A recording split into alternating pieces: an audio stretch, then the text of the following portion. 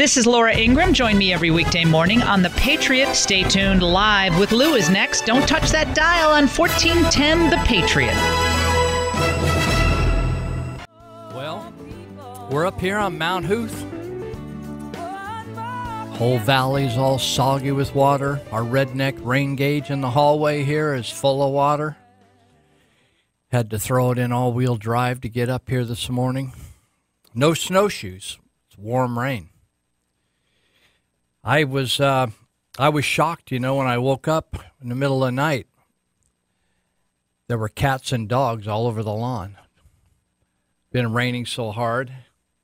And the thing was, I wasn't, neither Chuck Smith at Sutter County Information Officer or Russ Brown at Yuba County prepared me for that. They just said it was just going to, they said, watch for branches and there might be some flooding and watch out that you don't slip if you walk outside. And if you don't have to drive your car, don't drive. It's become, in America, we have ladies and then we have ladylike gentlemen.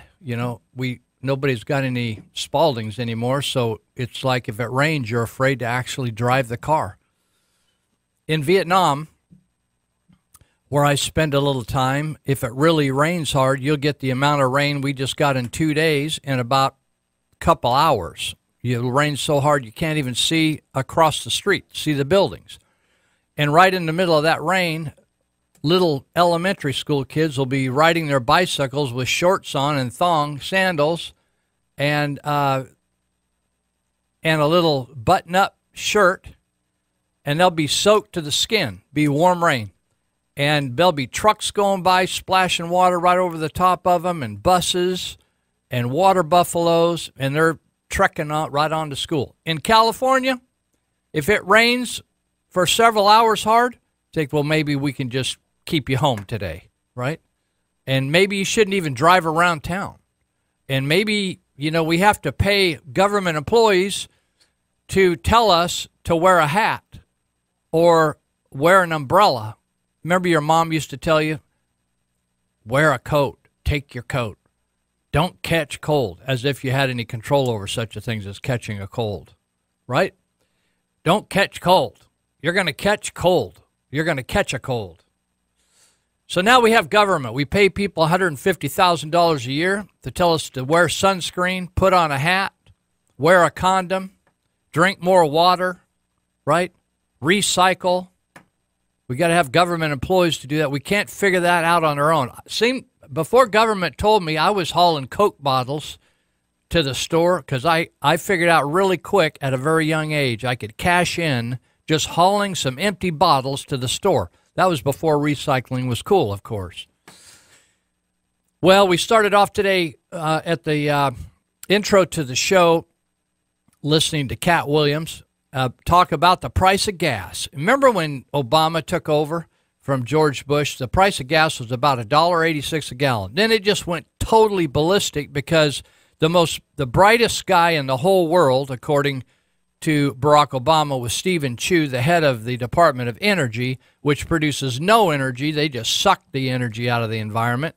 And so Stephen Chu's goal was to get the price of gas up to $9 a gallon. See, it has nothing to do with supply and demand.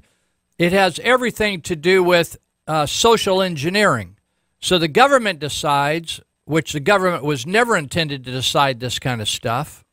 This is all liberal, progressive, communist nonsense. Liberals decide that they want you to drive a car running on batteries or electricity. And so therefore, they artificially jack the price of fuel up till you can't afford it, like they do the price of cigarettes, right? Now the price of cigarettes, they tell me, I'm not a smoker, but my friends that smoke tell me it's like $9 a pack.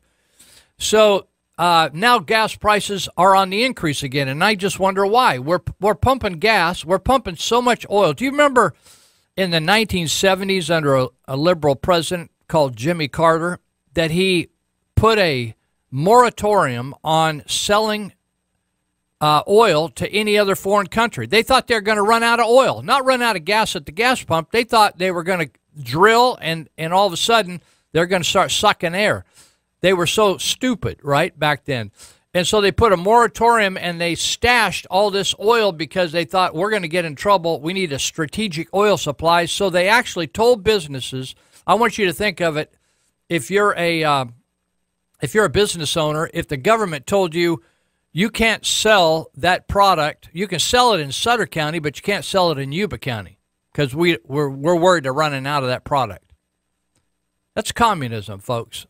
That's exactly what they do in other countries. So up until the Trump administration, oil companies could not sell their oil that they did research. They came up with strategies. They did scientific experiments on how to draw it out of the ground. They searched for it. They went down and looked for it. They pulled it up out of the ground. And then they say, oh, well, you can't just sell that to anybody because we're the government. We're going to tell you who to sell it to. Until Trump came along and he said, you can sell it to other countries. Just go for it. But now there's all this gush of oil and natural gas, and the prices are going up. And it's all because of the government. They always want to blame it on the oil companies. But the cost of gas right now is jumping 15%, has jumped 15 cents in the last month. The average price, now I want you to think about this if you're living in the California area. Its average nationwide is $2.67. In Marysville, the other day I was checking on Gas Buddy. You can go on the internet and check where the cheapest gas is. On Gas Buddy, it said Marysville was around $3.15. That same day in Irving, Texas, it was $2.09. And in Hagerman, Idaho, where we got some listeners, it's $2.35. That's what they said on Gas Buddy. And then in Bullhead, Arizona, it's $2.27. So all of them are about $1 cheaper, just about an hour flight away, or a couple hours down to Texas. So if you just stumble on here and wondering what I'm talking about today, who is this guy? I'm Lou Benninger. We're out here at the Mount Hood out in Yuba County, one of the poorest counties in California. We're up in what we hope to be one day the state of Jefferson. We want to break off, not from the United States. We want to be the 51st state in the United States.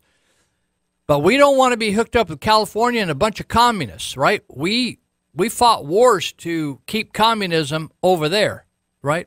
Across the water, out to Cuba, in China, in Vietnam, in North Korea, in Laos, and not here. We lost tens of thousands, hundreds of thousands of people to keep dictatorships and communists out of here, and yet we got one right here in California.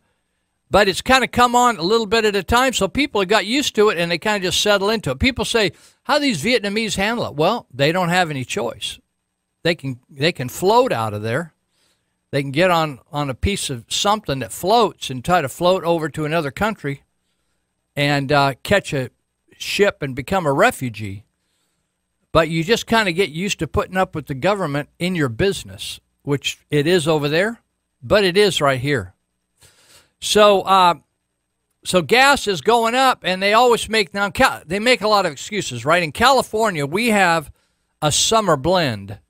So gas companies are mandated that they have to sell a different product. It's a more expensive product, and when they sell that product, not every refinery can produce that particular summer blend. So the price goes up in the summer, right? In California. But the other thing that goes up is taxes. Before this show today, Andy Vasquez had Jackie Silman on. She's the information person. She's the government liaison information person for Recology. That's our local refuse company. Back in the day, we just called it garbage. It used to be called Yuba Sutter Disposal back when I was a youngster. And I used to do some work for them, public relations work back in the day, and I like Recology. And people all worried, these city councils and the supervisors are all concerned. They're coming up for a renewal on Recology's contract, and they've been asking questions like, are we getting a fair deal, right? with a monopoly, that's all you really ask, right? Is it fair?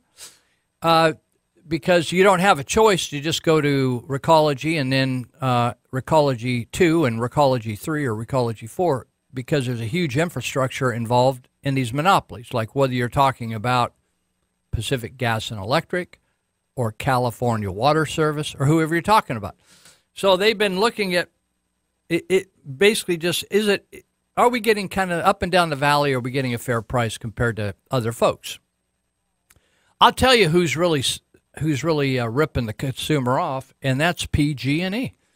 And they are just ripping everybody a new one. And not only are they horribly bureaucratic, and if you put up a big solar project, like out at where I go to church, we've been working on a solar project, and PG&E has not been cooperating with coming and doing their hookups. They just keep losing our stuff, losing our paperwork, having to refile it again, promises, and we got hundreds of thousands of dollars invested out there, and they won't come and do our hookup. You know, they're an entirely different company than when I was a kid. And so today, the rates of Pacific Gas and Electric, some of the highest in the nation. Did you know that? And also, they're liars. They lied to the California Public Utility Commission, and they said, listen, we want to replace all these gas lines, so we need these raises in rates throughout the entire area of California that we serve, primarily Northern California, Central California. But then no one from the California Public Utility Commission ever checked to see whether they were replacing the amount of gas line that they said they were. And then they had the big explosion in San Bruno. You remember that? They blew up people. They blew up entire neighborhoods. And the fact was they weren't replacing the gas line. Federal government came in and told them that and fined them. But with the California Public Utility Commission being corrupt, they dumped those fines back on the ratepayers. You know, it always comes back where the ratepayers get ripped off. And so on and on and on it goes. And Pacific Gas and Electric, I know right now there's a glut of natural gas in the United States. But my price I'm just one person in my house. And I don't even do laundry there. I just heat the house. And I don't even have central air. I got what the equivalent of a potbelly stove with gas in it. And it costs me a fortune to heat my house, and I don't run it that often. And it's all because of the jacked up price of natural gas.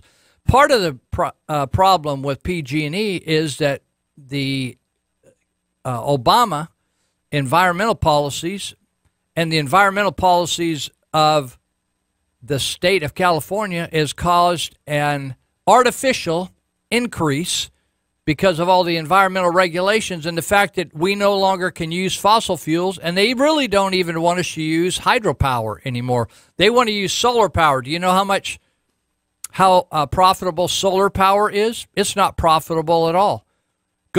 Try to find a company that will start up a solar project, I mean a massive solar project, that gets no government subsidies. There's not one out there. There's not one that would do it.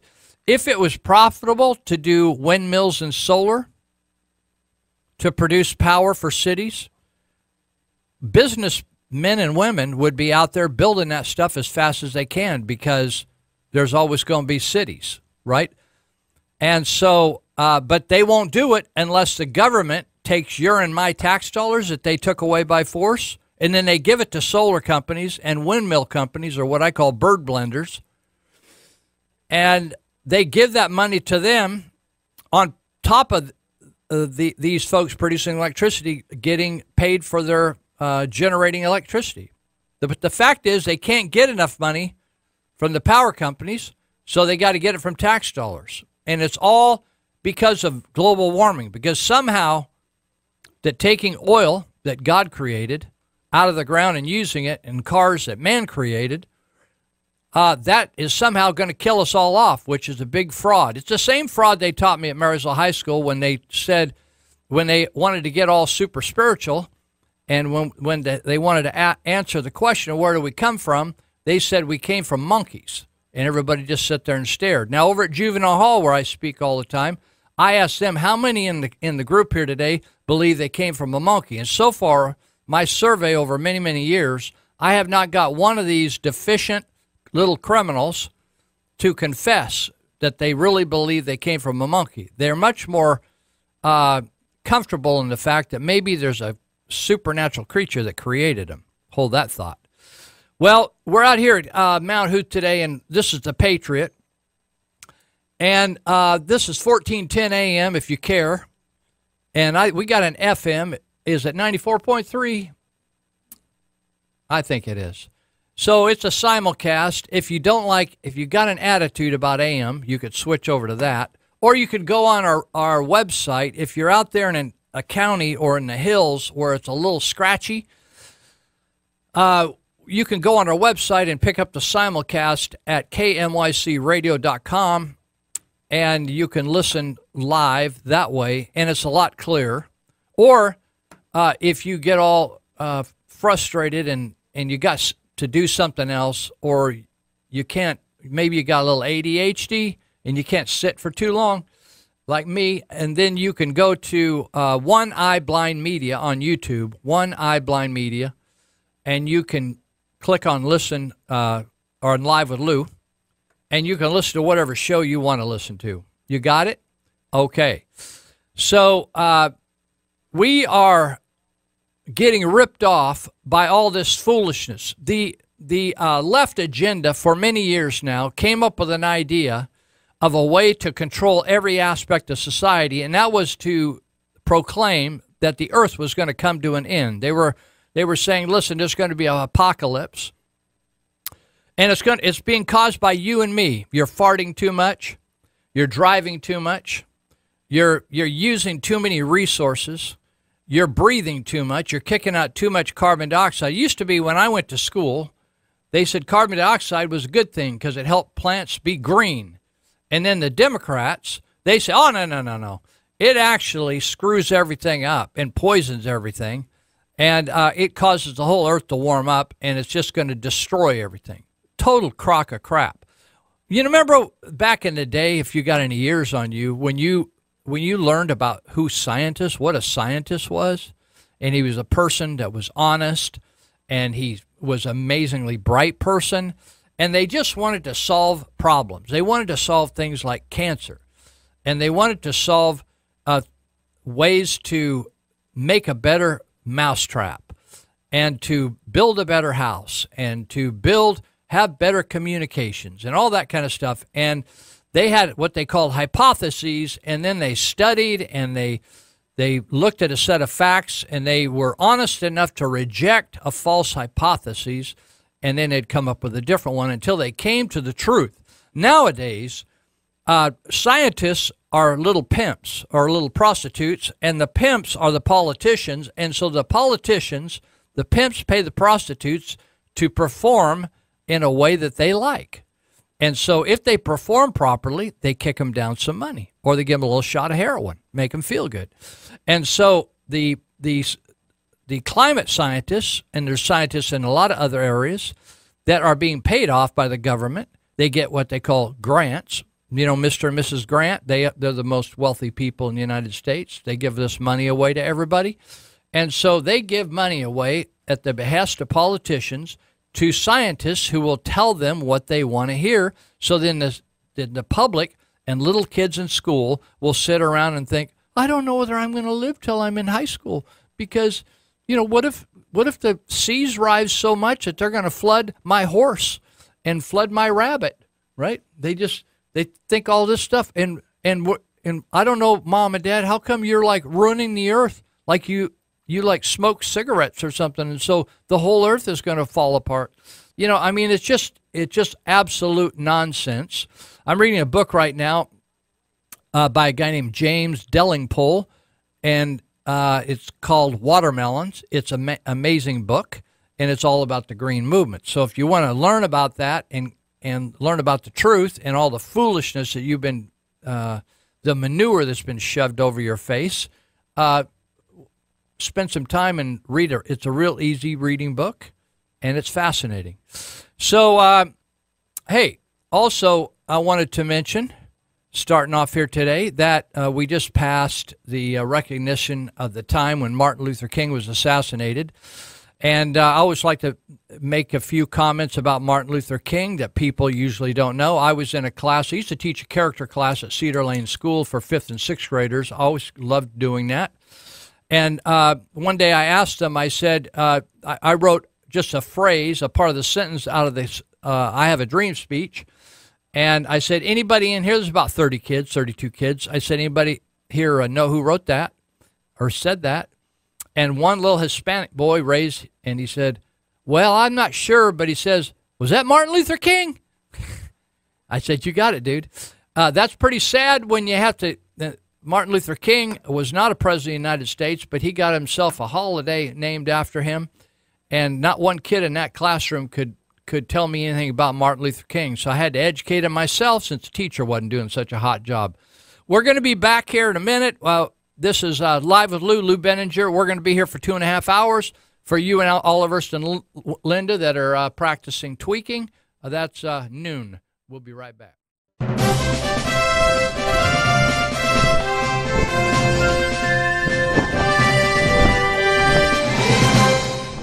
All right. That was a talk Martin Luther King gave the night before he was assassinated. Pretty prophetic, and I wanted to just educate you a little bit on things I've learned that I found fascinating about Martin Luther King. Martin Luther King's father was a pastor, and his mom was a school teacher. It just shows you that black guys can really succeed when they have two parents in the household, and they got getting some wood on the ball.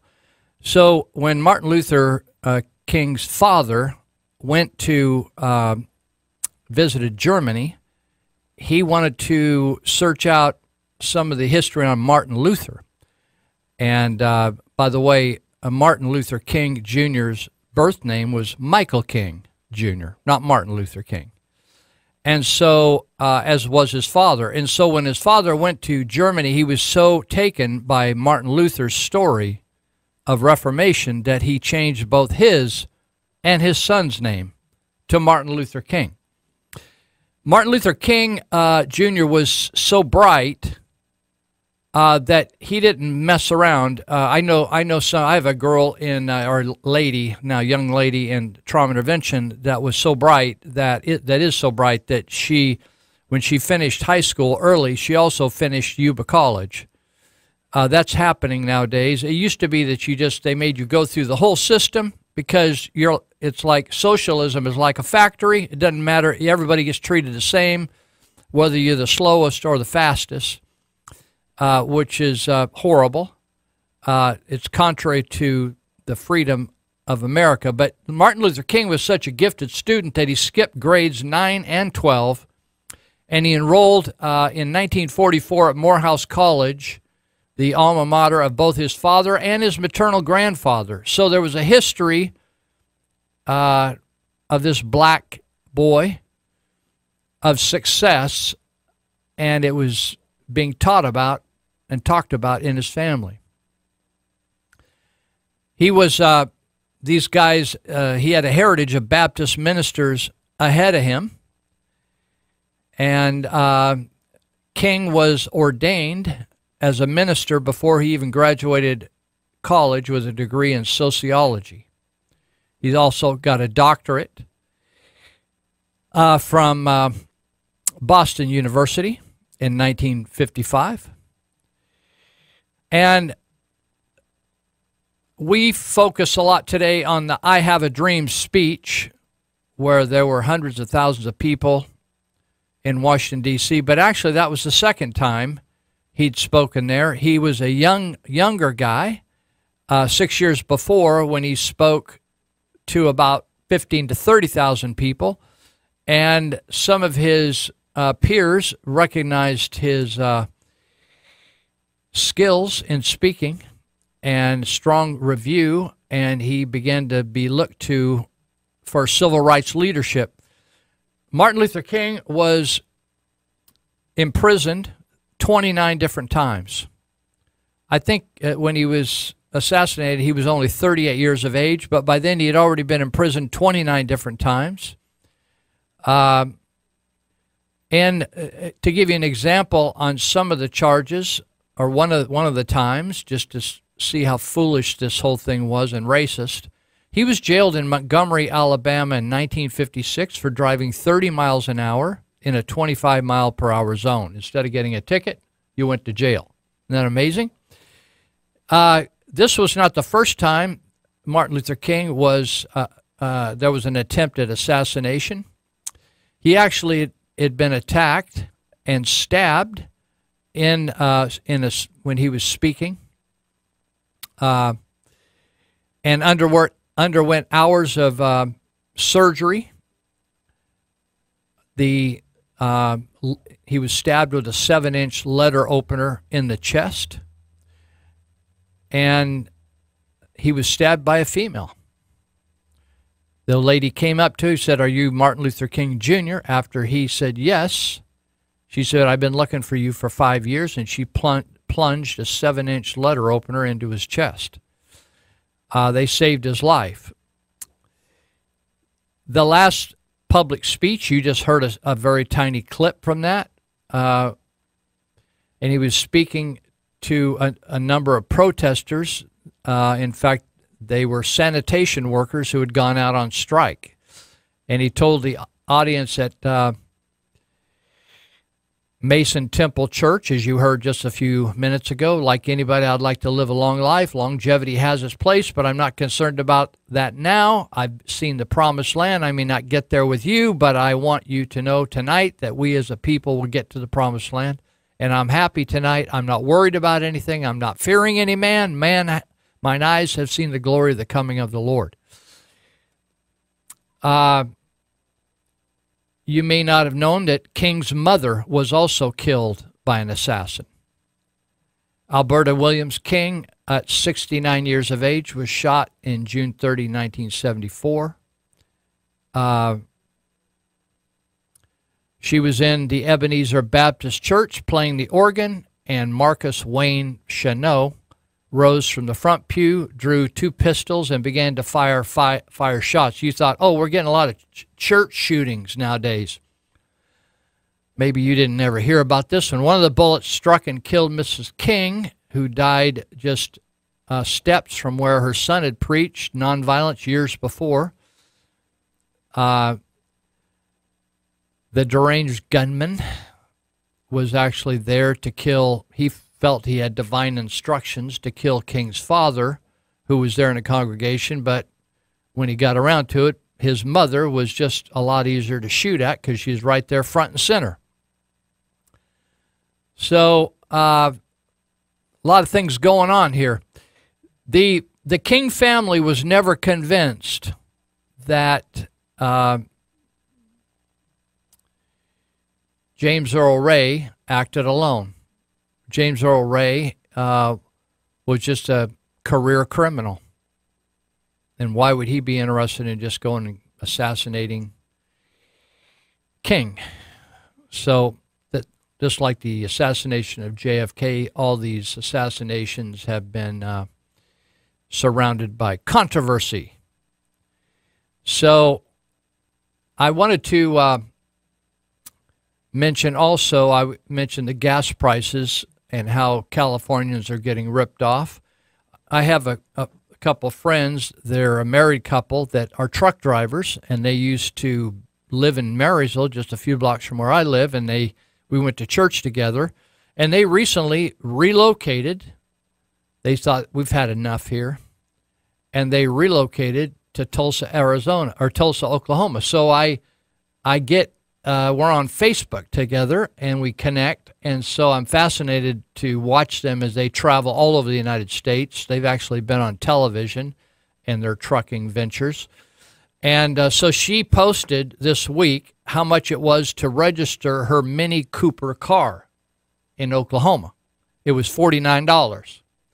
And so that same car registered back here in California for $176. So if you're wondering why the roads are so crappy here, with us paying through the nose on gas taxes and car taxes and triple car taxes.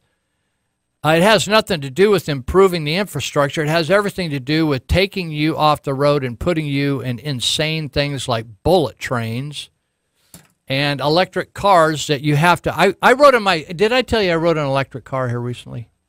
Unbelievable. This guy, my car broke down, and this new tip volunteer said, I'll pick you up, because we were going to the hospital together. And so I said, I've never ridden in an electric car. It wasn't a hybrid. It was an electric car. And he said to me, so I said, how do these things work, you know? And, well, anyway, actually, the car I was riding in, I think it was a hybrid, but he had owned a completely electric car. And he was telling me how they have these real fast hookups where it's supercharged. And it's kind of like you can do your phone on these superchargers. But he said that he'd have to wait for half an hour, 2 hours he'd have to go find something to do to let the car charge up. I thought, no wonder they're forcing you to use these crazy things, right? So that's what's going on here in California. $176 versus, that's over 3 times for out there. You guys are learning Common Core math. That's over 3 times as much to register your car in Tulsa, Oklahoma, as in Marysville, California. So just thought I'd throw that in to cheer you up and just give you perspective on whether you want to look at Californication with all these perverts running the state and banging each other down there, whether they're male, female, or animal, and pushing people like the pedophile Harvey Milk on you, that we got to recognize him coming up here in May, and our school kids got to bow down to the idol of Harvey Milk, who like to have boys bow down for him. And or if you want to call it California, we are in trouble in this state. We have a state that they want you to obey the law, but the people that are running the state are not obeying the law. Now, I was thinking when I saw this article, and I thought, this is just, where is this going to end? You know, we talked a while back, and I actually wrote an article about it, I think, for the Territorial Dispatch, about this Larry Nassar, Nassar. Larry Nassar, you remember him, the doctor who liked to run his hands up the ladies of the Olympic teams and other athletes at Michigan State University, right? Larry Nassar, for years. And these young girls, he was convincing them that whatever he was doing to them was somehow medically necessary. And so hundreds of them have come forward. Once one started, hundreds have come forward, and now he's got hundreds of years in prison to do. And these ladies are now adult women. Some of them are professionals like attorneys and teachers, etc. And they're coming back to say, yeah, I now realize that he molested me, right? So now the dean, the Michigan State dean, William Strample, who was over Nassar, has also been arrested. It's Nassar's former boss was arrested last week on sexual assault charges. Strample, the former dean of Michigan State's Osteopathic Medical School, was arrested last week on charges related to alleged inappropriate touching of a student and the storing of nude photos of female students. Strample, who was arrested during an investigation into the handling of child sex abuse complaints against Larry Nassar, faces fourth-degree criminal sexual conduct charges. A university document includes notes from Strample's personnel files revealing a trend of disturbing behavior. Now, nobody fired this guy. Nobody reported this guy. This guy didn't report on Nassar. All these big, oh, yeah, we're all mandated reporters. Oh, yeah, we follow the law. Oh, yeah, we're protecting the kids. So one commenter wrote, Dean Strample should not interject sex into every conversation with staff and students. That's in his personnel file. This is a guy who's a dean over a medical school. Says Dean Strample should not interject sex into every conversation with staff and students. This is the guy's lifestyle, right? Here's another comment out of his personnel file. Nobody did anything about this guy. She says, as female faculty, an argument may be made that I could have the possibility of being treated better than my male counterparts, especially if I have a pretty face and a curvaceous figure, well-dressed in short skirts and low-cut tops. That's one of his fellow faculty members. Another wrote, I have witnessed unprofessional and sexual comments from the dean about female students, including remarks from the dean of a female wearing some come blank me heels, and another instance where he admitted to knowing a student for a long time and how she certainly filled out nicely.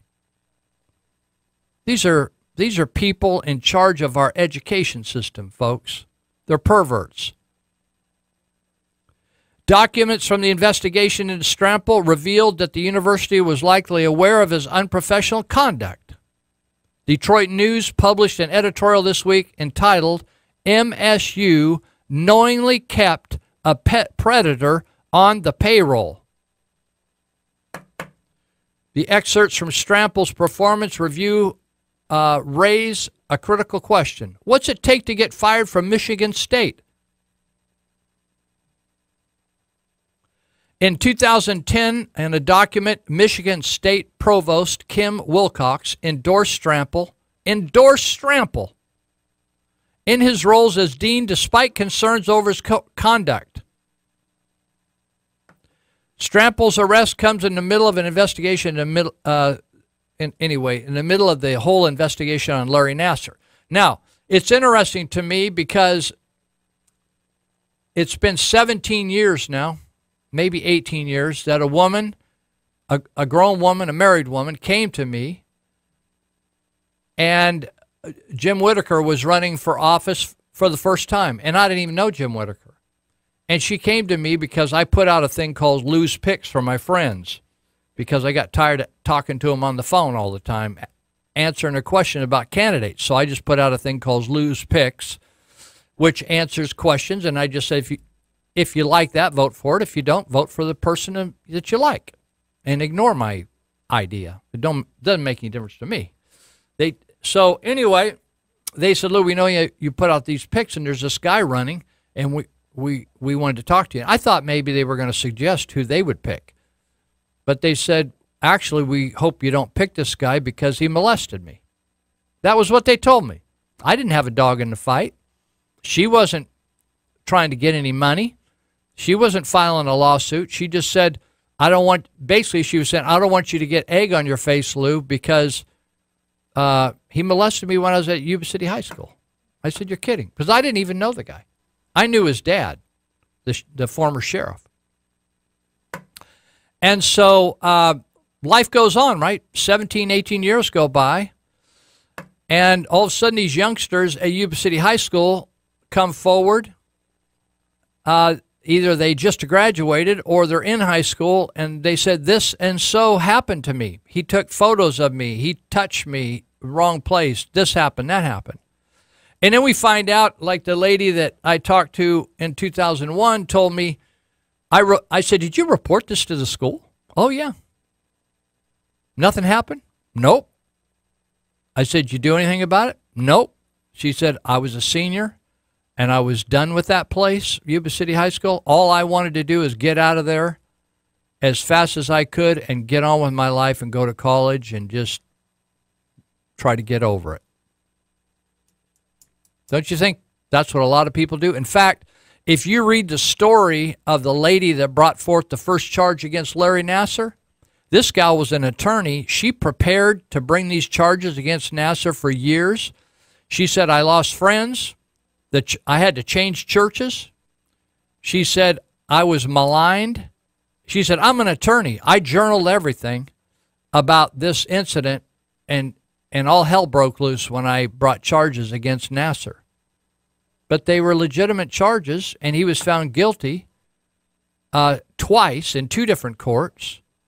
and he's doing like 200 or 300 years, and all kinds of women have come forward.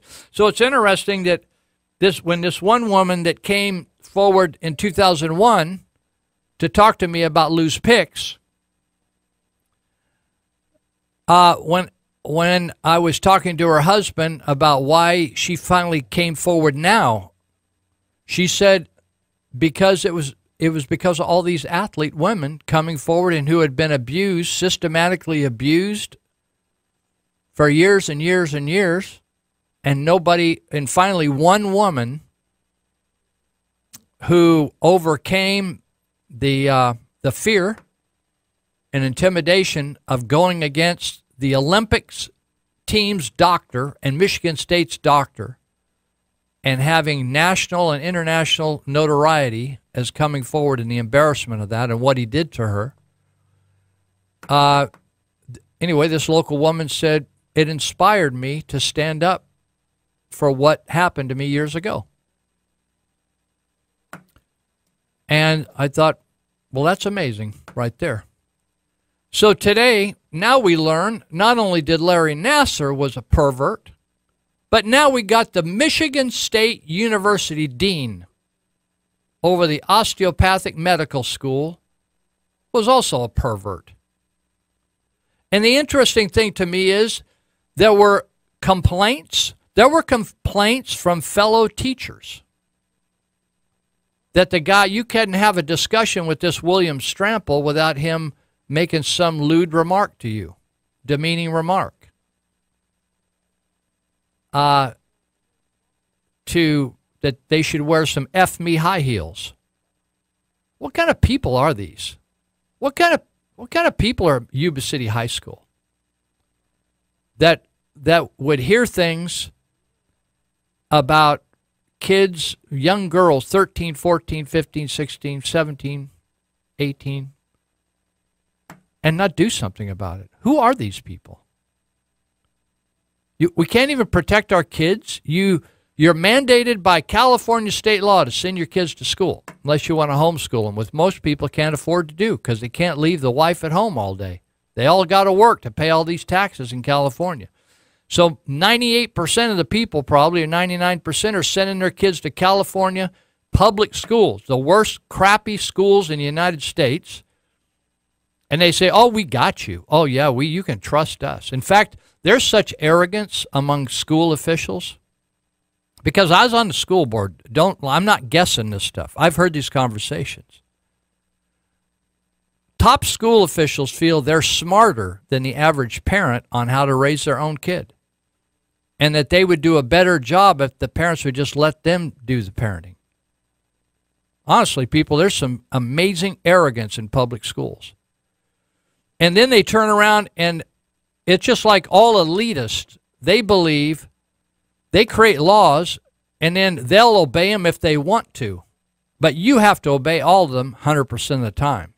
You like step out of line, they'll be filing an action against you, and now the campus cop come over and cite you as a parent. You get out of line. You come over and talk trash over there at the school. But they can ignore, there's a lot of people who don't know what that mandated reporting thing is all about. They think somehow you have to have facts and you have to go research something. No, you don't. You just have to hear something or think something is wrong, suspect something is wrong, and if you're a mandated reporter, you got to report on it. Otherwise, you could be cited, fined, and go to jail. In fact, I had a guy call me after the show one day, and he said, Lou, I used to be a principal up at Truckee High School. He said, you can lose your teaching credential over not reporting when you should report. When you hear or see something you think is improper. So here we got a Michigan State University, one of the top priority, the high priority universities or high profile universities in the United States. And we have teachers complaining about a dean, sexual abuse, and nobody does anything. And so it doesn't surprise me that there were complaints on Jim Whitaker at Yuba City Unified School District, and nobody did jack. Nobody did anything. And nobody got did the mandated reporting. Some did, but most didn't. For instance, the girl that came to me many years ago in 2001, she said a nurse questioned her and she told her what happened. And supposedly the nurse went to Bill Highlands. But Bill Highlands today, who lives in Yuba City, said he can't remember a thing. That's convenient, isn't it? Can't remember a thing. But there's a report, and the report in the file says they took appropriate action. But there's no description of what that appropriate action was. Doesn't that just sound like an authoritarian government? Oh, yeah, we'll take care of it. You just go home now. We're sorry that happened to you. We got it. We'll take care of it. It's on us now. We got this. This is our job, and we got this. We'll be right back. We got 2 more hours to go.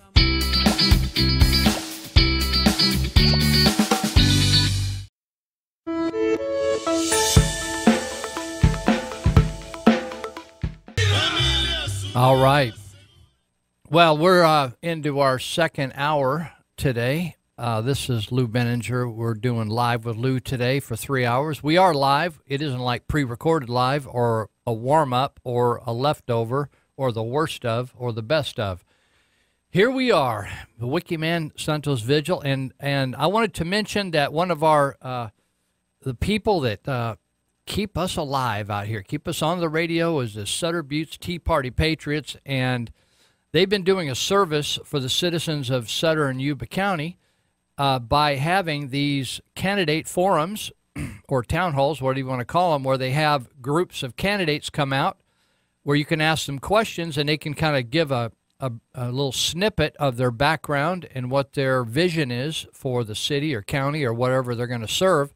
So they just did some Yuba County races, their last meeting. They meet on the 1st and 3rd Mondays nights of the month. So they had some Yuba County races, the 5th District and the 1st District, and supervisors in Yuba County. So this coming meeting, coming up on the 16th of April, they are going to do the District 3 candidates for Sutter County, and the candidates Paul Bossi, Bert Manuel, and Mike Ziegenmeyer. I don't think any of these guys are a ladylike man or a girly man, as Arnold Schwarzenegger used to call them. They're men, and they're going to be there, and you can ask questions about them. And they're where there is glad tidings. That's where the Sutter Butte's Tea Party Patriots have been meeting for quite a while, and the meeting starts at 6:30, goes to 8:30. You can get in the door probably by 6, and that's at Eager Road and 99 in north of Yuba City. And I would encourage you to go. I noticed that they don't have huge crowds out there, but if you don't know the guys, it's not a huge investment of time to go and have a chat and listen and hear their talk and be able to quiz them and see how they handle questions. So they're also doing a 50-50 raffle. And, they have some fun there. You don't have to be a member of the Tea Party Patriots to be involved. You don't have to join. They don't ask you for any money. It's just a good time trying to help our community. So go check that out. I was talking to Mike from the Elite Universal Security. Let's see, was it yesterday or the day before? Can't even remember now, but we got to talking about their operation in the Yuba Sutter, Butte County, and all the way up into the Redding area. And I always say, tell me some stories. I want to hear some stories about, your work. And I don't know whether you've been seeing the work over at the railroad bridge that was supposed to be done like in 2 days or 2.5 days. They're still out there working. They had to pull their equipment out of the river bottoms over there on the railroad bridge running from South Yuba County into Marysville because the water's coming up. And so I was talking to Monty and Mike over at Elite Universal Security. They said, oh, yeah, we've been, guarding all that equipment.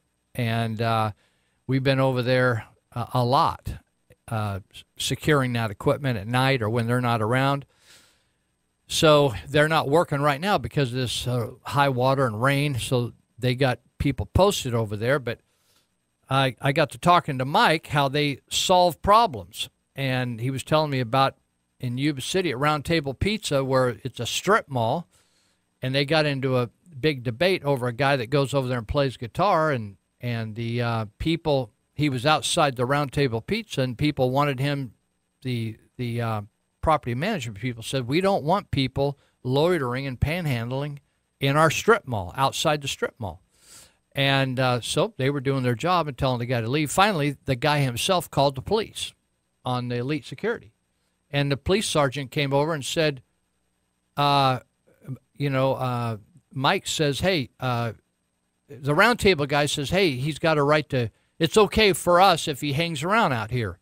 And Mike says, it ain't all right. It isn't your, out here is not your out here.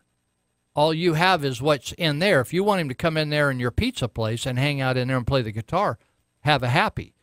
But out here isn't your here. It's just over there is your there. And so the sergeant of the police department backed Round Table Pizza incorrectly. And it seems that the Yuba City police do not want to do the paperwork to arrest people or cite people. So he said he has a right to be out here. So finally, the sergeant's corporal, if you're unfamiliar with rank, corporal is a lot less than the sergeant. Corporal came up and said, actually, boss, you're wrong. And the guy can go inside if he wants, but he's in the wrong spot. And if anybody wants to debate this, it's all on film, because Mike tells me he wears not a dash camera, but a body camera. And so the whole exchange was there. And so this guy rotates from 99-cent store to the Rayleighs to here, there, and everywhere around Yuba City.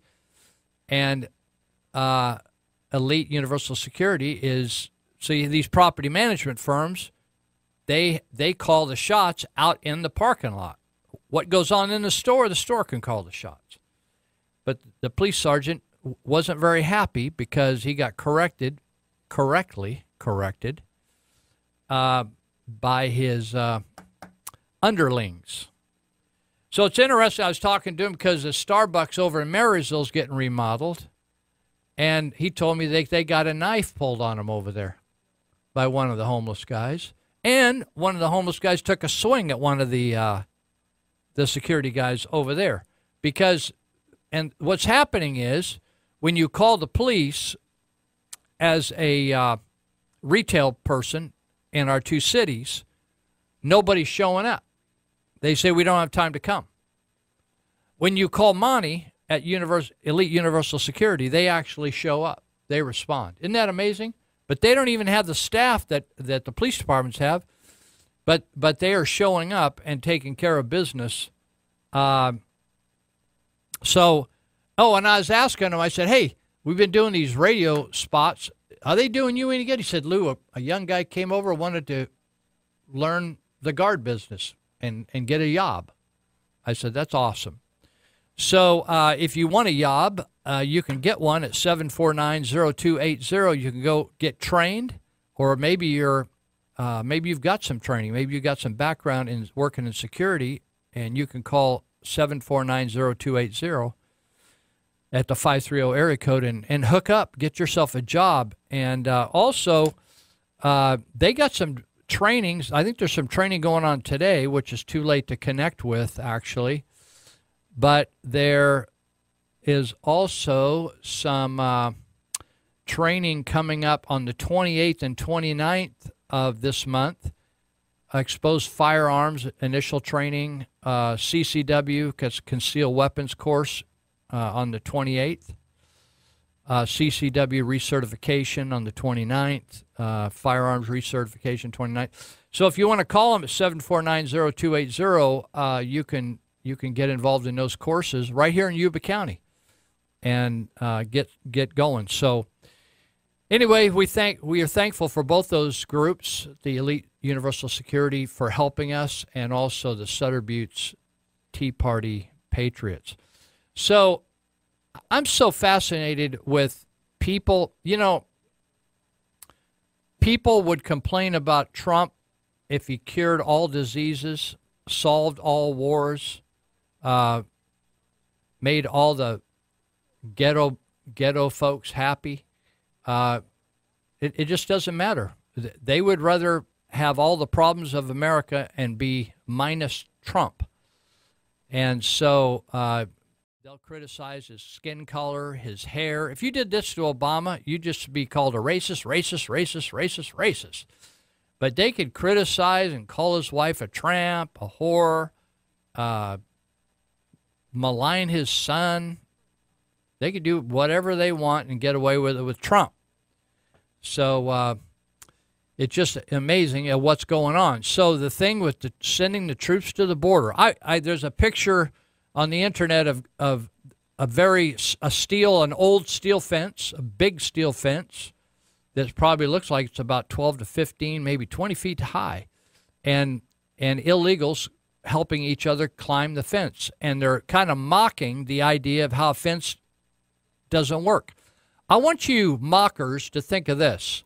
Look how many laws we have on the books. Are there 1,000, 5,000, 10,000, 100,000 laws? Do you think they stop crime? They don't. We just had a guy get shot here, running away from the cops, drunk, pulls a gun on the cops, shoots the dog. We got people. Do you hear this? Yeah. We got guys that are driving drunk, beating people up. We had a guy beat down his girl at Carl's Jr. and tried to abduct her, tackled her 3 times. Finally, over here in Marysville, finally the folks, the restaurant, the patrons, took charge of the scene and had to take control before the cops even showed up. So you say, well, you think, oh, a wall's just, you mock the wall. Why don't you just mock all the law? Why do we have any laws? Because people break them. No, people are still murdering. In fact, I just read where some guys up in Penn Valley tried to steal from a marijuana operation and murdered a guy. 3 guys murdered this other fella, and they're going to prison. The law didn't hold them back. Well, back in 1987, I went down to Mexico in the Baja with some friends of mine, and then I took on a project for this orphanage operation on the peninsula down there. We went 5 hours below the border to initially work, but then they had a house up in a 2-story home for teenage orphans in Tijuana, where there's a lot of schooling up there. Middle, high school, colleges, technical schools in the Otay Mesa area of Tijuana. And so we went up there and checked out the place, got a set of blueprints, and we added, 4,000 square feet, 2-story brick or block building. And we built it from the ground up, and we did it over a period of time, but we were down there living for maybe a week at a time, and then we'd go back home, and then we'd go down in a couple more months. We'd go down again for about a week. So I liked it down there. In fact, I almost decided to move down there at that time because I really liked it. I just like life down there, but it isn't like here.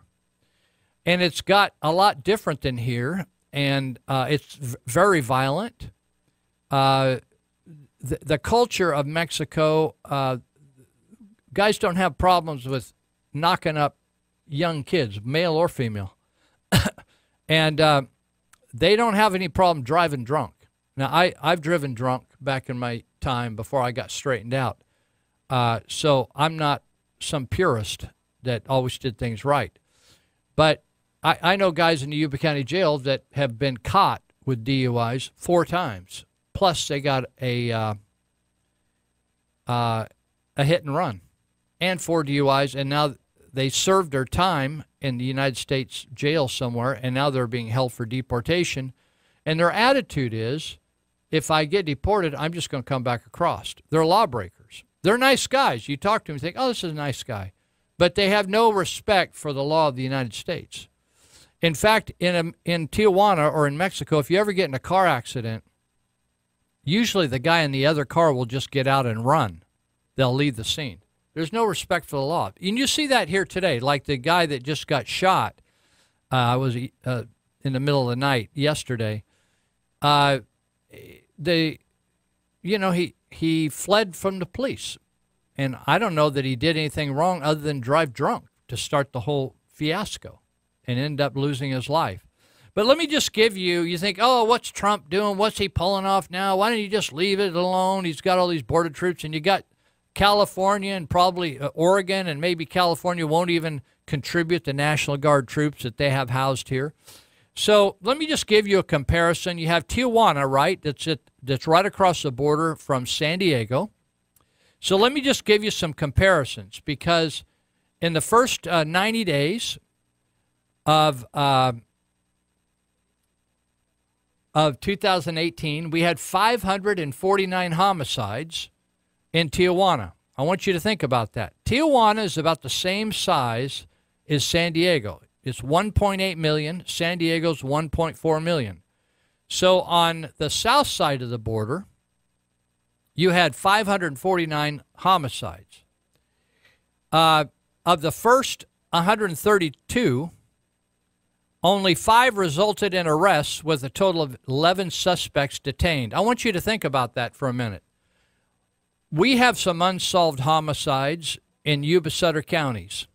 Maybe you do in Nevada, Placer, Butte. You probably, if you lived there a while, you remember, oh, so-and-so got killed, and they never found who did it. They never arrested anybody, right? Still looking for somebody.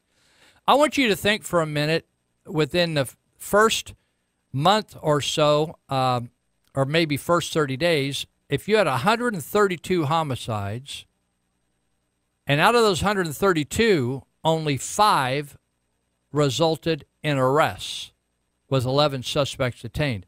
I wonder if you'd be a little worried at that point.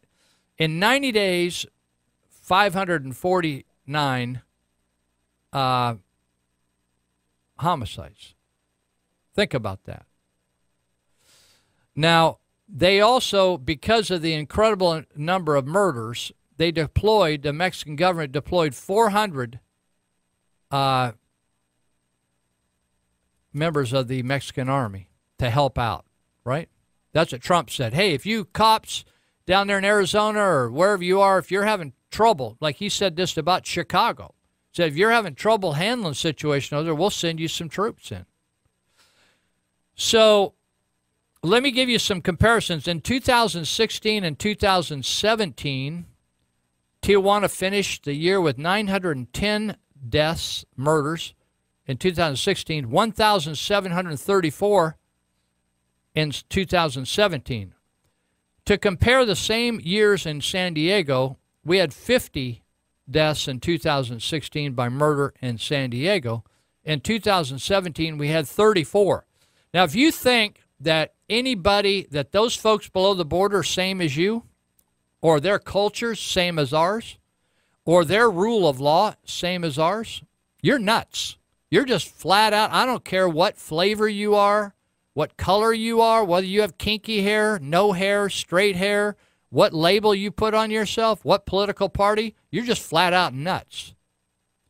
If you think that people from other countries think the way we do, listen, I travel some. I'm not saying they're all bad because they don't. People do stuff different in other countries. But I'm not into people getting molested or murdered, or 9-year-old, 10-year-old, 12-year-old girls and boys getting raped, or people just getting murdered just for the fun of it, or their heads chopped off, which, by the way, usually there's certain ways people take each other's lives, and it differs around the world. In the Middle East, people like to chop each other's heads off. Did you notice that? And the cartel in Mexico, they don't think just shooting a person makes a big enough statement, so they chop them up, and then they leave their bodies around to make a statement. So when they talk about sending people to the border, that's what they're trying to deal with. Now, law enforcement people will tell you that before the fence separated, there is a fence between San Diego and Tijuana. Before that fence happened, it was big problems on both sides of the border. But now, since they put a fence there, they have businesses that feel safe enough to operate on the San Diego side of the border, and they build really close to the fence because they can't just run across and commit a crime or flee a crime in Mexico and run into the United States. You know, some people, like I tell the kids in juvenile hall who escape, they break away and escape out of juvenile hall. I always laugh at them because they just want to go down the street, have sex with their teenage girlfriend and smoke a joint. Then they get caught, come back. But I always tell them, if you really were serious and you didn't want to be locked up anymore and you're tired of this, why don't you just go to Mexico and nobody really care down there. They're not going to come down there for you. But they really aren't interested in that. They just want a little time out from being locked up. But a lot of people escape from Mexico into U.S. and then vice versa. They escape from the U.S. into Mexico. So if you think that this whole thing about a wall is just a lot of bravado, trash talk, you're crazy. You're flat crazy. Yeah, I saw a deal where Ryan, head of the House, Paul Ryan, actually said we couldn't build a wall over the mountains. And I thought, you know something? This guy is an absolute idiot. All you have to do is Google the Wall of China, right? I've been on that wall so many times. It goes up and down all over, amazing. It's in the mountains. When you go out of Beijing and take the bus over to the wall, it's in the mountains. It's not on flatland. And this Paul Ryan says, well, we can't. Well, you know, we can't do the wall in the mountains. I thought, you know, these they're ladies' men. You know, they're girly men. They're ladylike men. I don't even know why Paul has to marry a woman. He already is half and half. You know, he's got that womanly flavor about him. We'll be right back, and we got another half a show to go.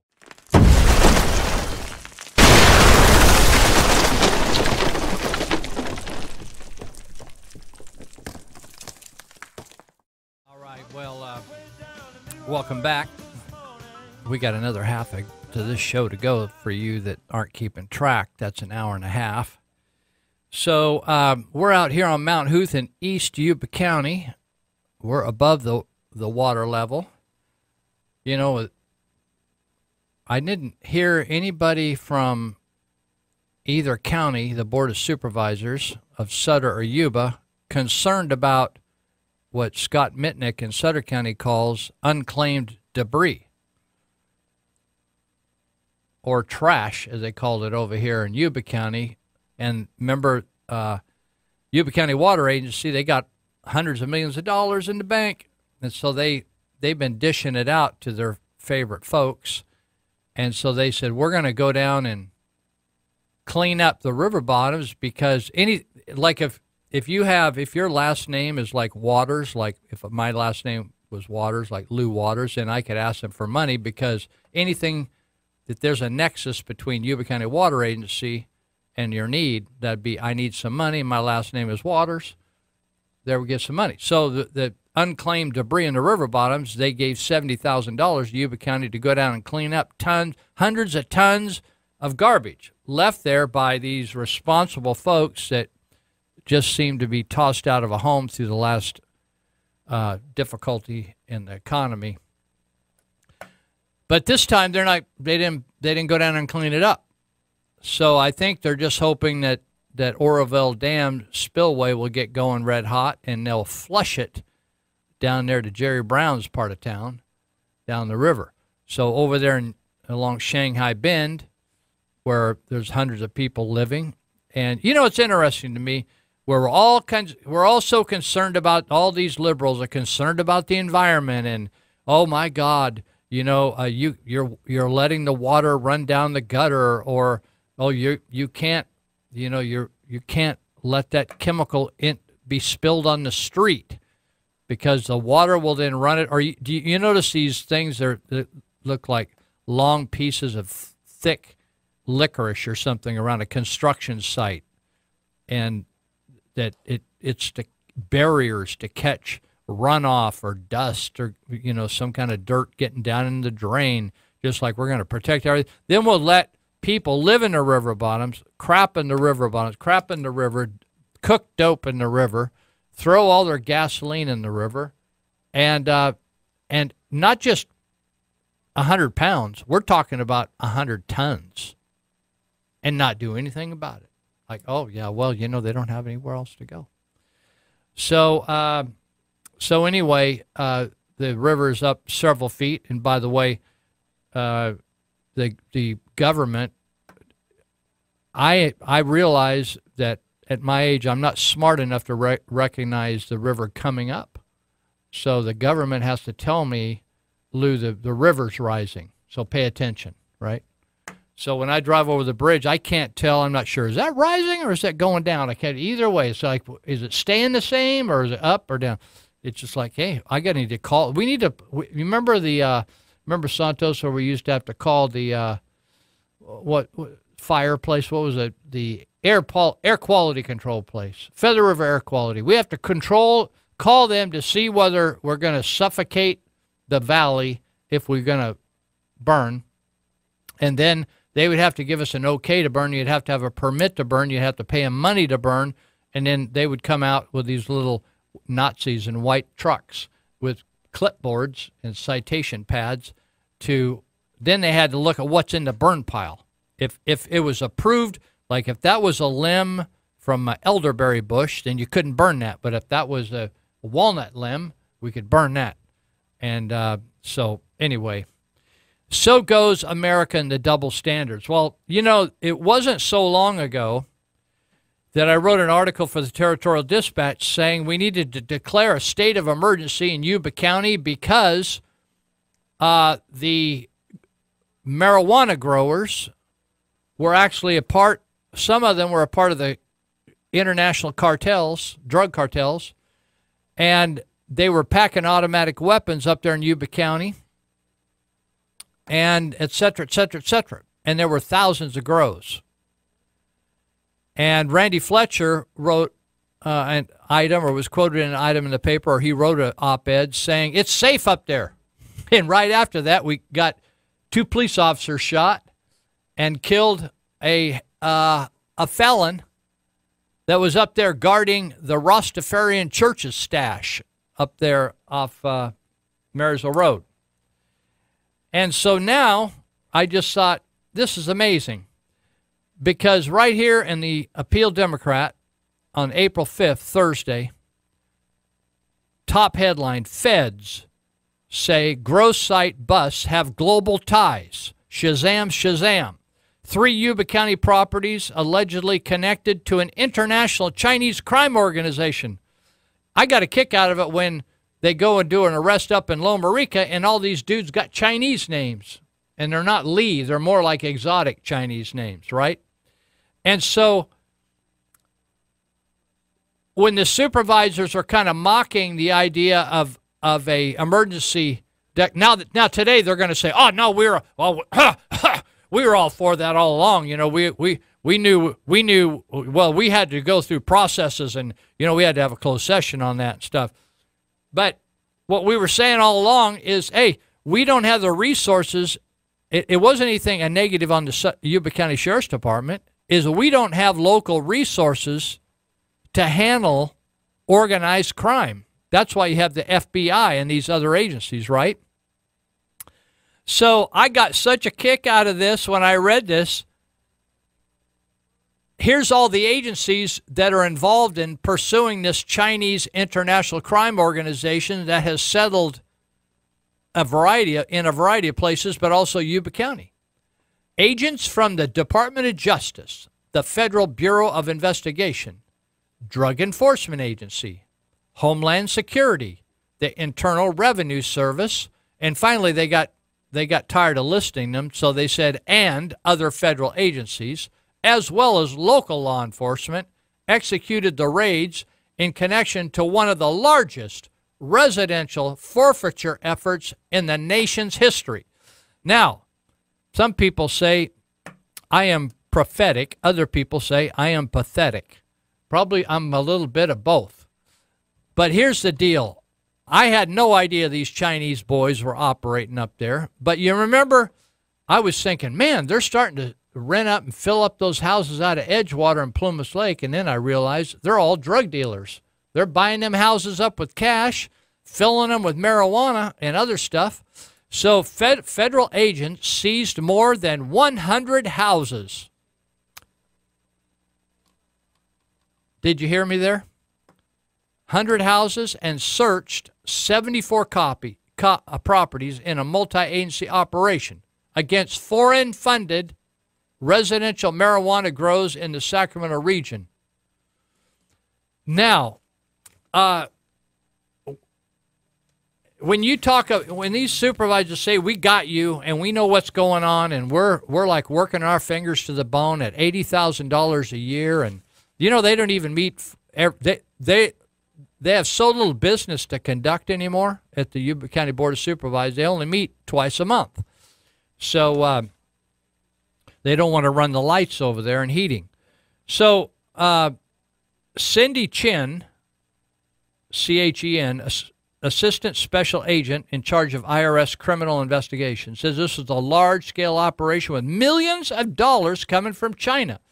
You think millions, what, 2 million, 3 million, 4 million? How about $100 million? Come on, man. You know something? When I go to send money to Vietnam by Western Union, if I'm sending like hardly any money, few $100, $1,000, they ask me all kinds of questions. What's this going to go for? Well, who's it going to be? They know who it's going to be sent to, but why are you sending this money over there, right? Hey, all these questions. But we got $100 million coming in here from China. This criminal organization, said Cindy Chen, used foreign money to purchase homes and turn them into marijuana grow houses, all at the cost of innocent neighborhoods. Innocent neighborhoods. I thought, why weren't the Board of Supervisors concerned about innocent neighbors? We've had complaint after complaint after complaint. People saying, I'm moving. I'm not building. I bought property there. I'm not building.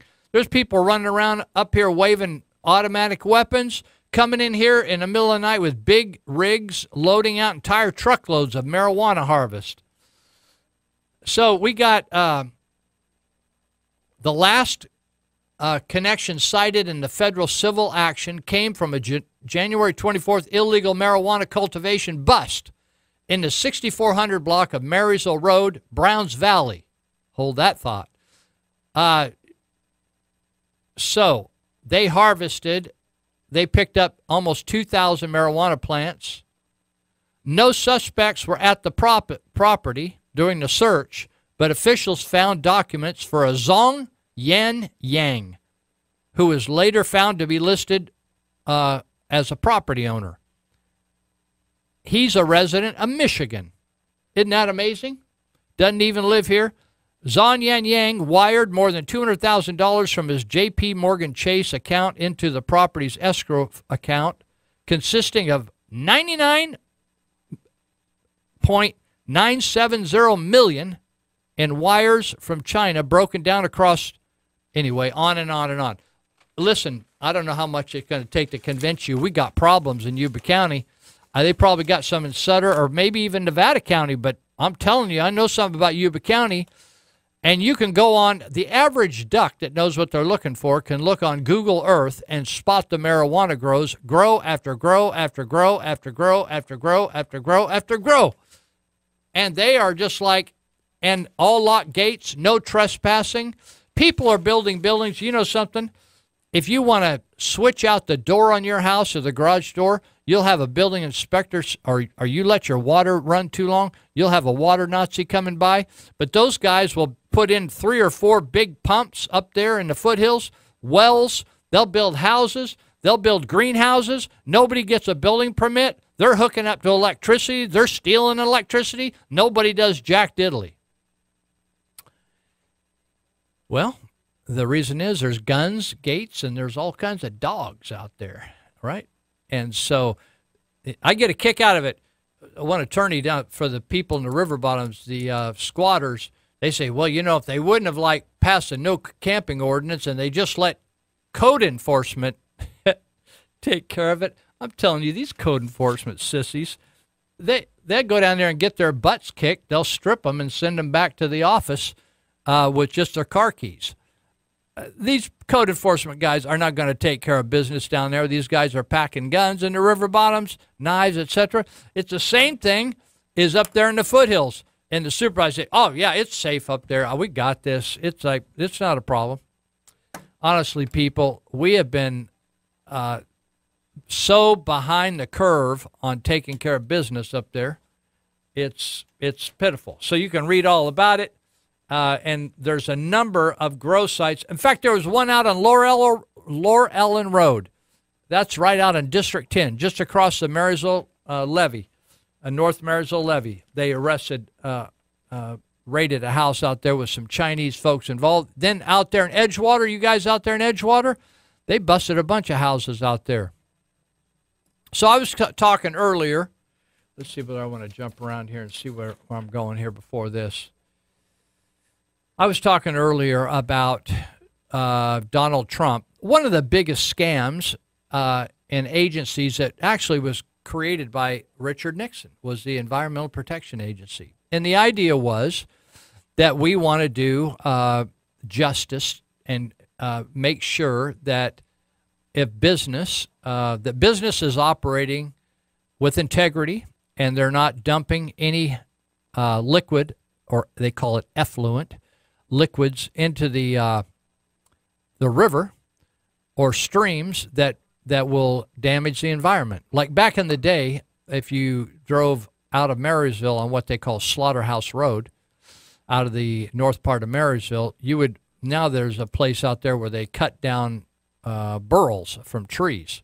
But that used to be a slaughterhouse, and we used to fish out there behind it in what they call Jack Slough.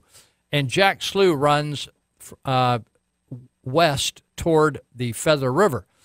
And they used to dump the blood off the cows as they would slaughter them out there.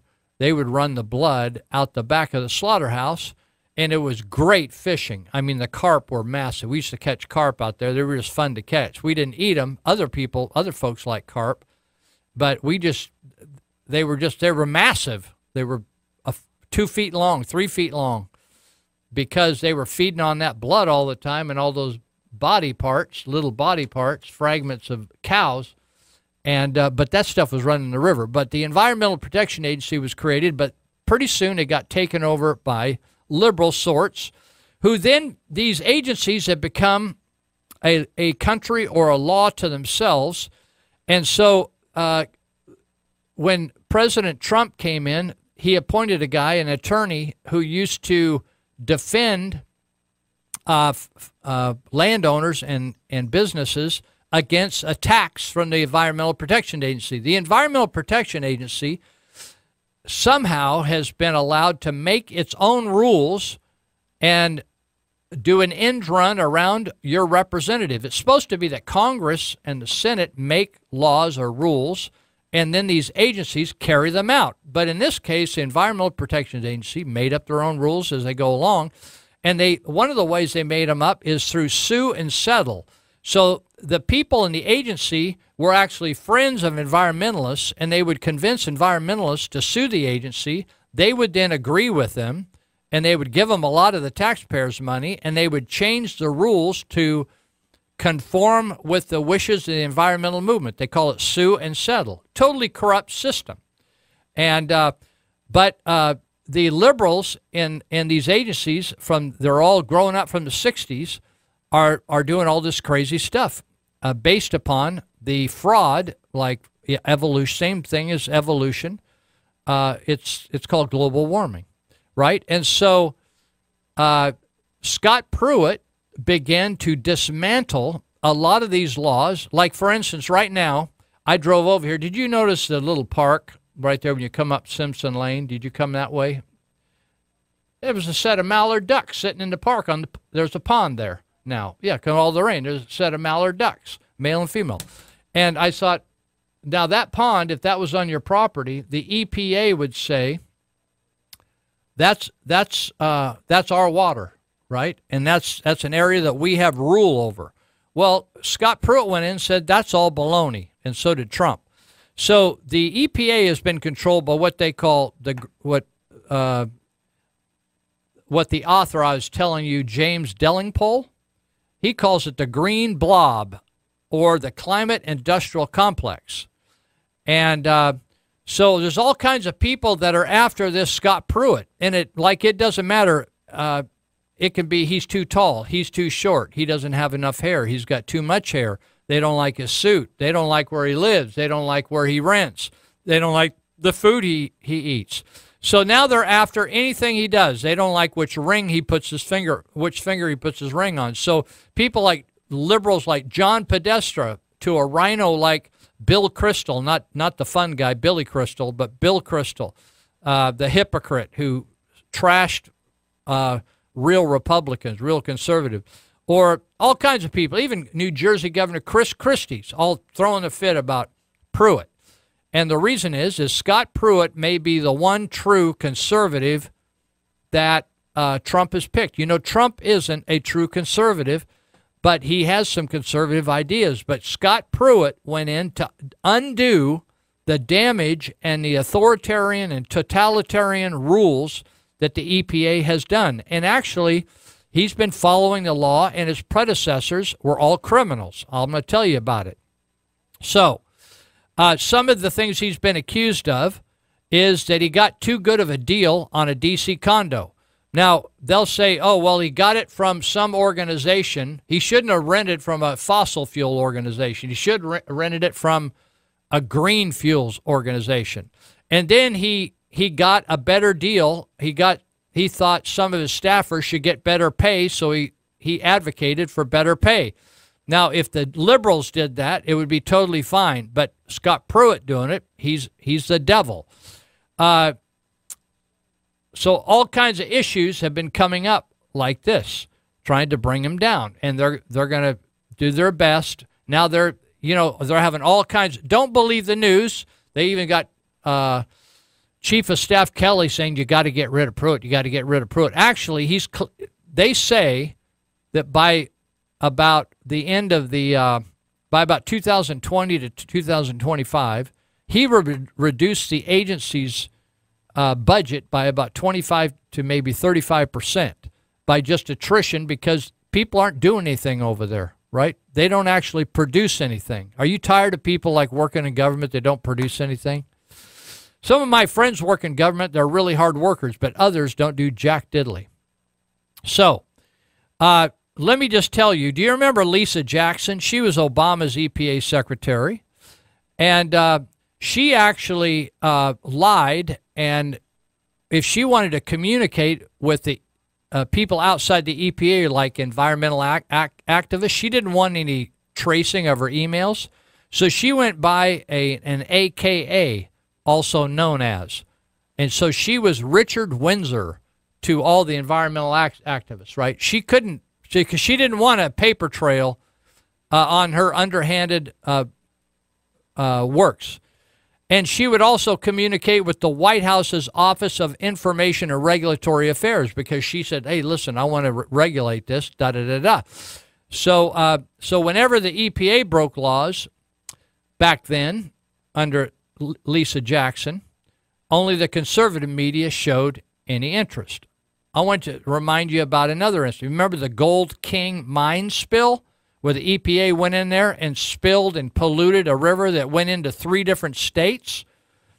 Or you remember when the media the liberal media didn't cover this? Oh, that's not significant. Turned the darn river. It looked like have you ever seen a calf that has scours? It's kind of a yellow diarrhea. That's what that river looked like. They turned a beautiful river into yellow diarrhea. Went right through these sensitive, all these liberals, oh, we're sensitive about Native American graveyards and reservations. That river just polluted right through all of it, and they just said, hey, screw you guys. We'll give you a couple $100,000. Go smoke your peace pipe. So then the EPA ignored the Flint water crisis. You remember the Flint water? I don't even still know whether they can drink their water in Flint, Michigan, right? Just totally ignored that. EPA just blew that whole thing off.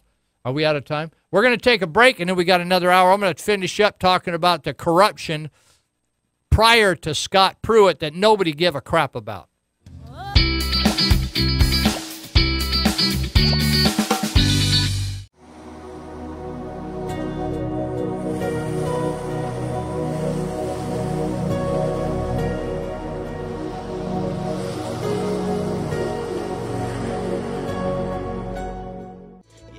All right.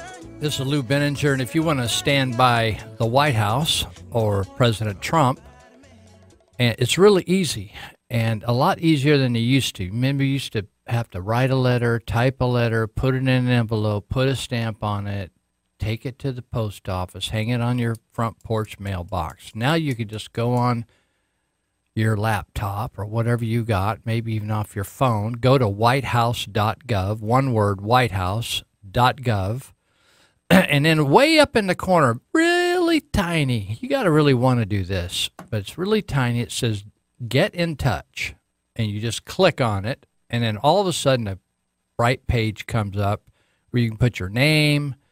Very simple, just fill in the blanks, and then there's a box where you can tell them what you think. So if you want to say, don't fire Scott Pruitt, the EPA director, or do this, or do that, or attaboy, kick their rear on the border, whatever, you can make it short and sweet and just put it there and then click send and then go on about your day. How's that sound? Very simple. So why don't you do that instead of just complaining all the time? So I was talking about Scott Pruitt, and you just heard someone, and a clip I included, tell about Scott Pruitt and why people are after him. Listen, every single department head, whether it's Kyle Zinke, Department of Interior, it doesn't matter.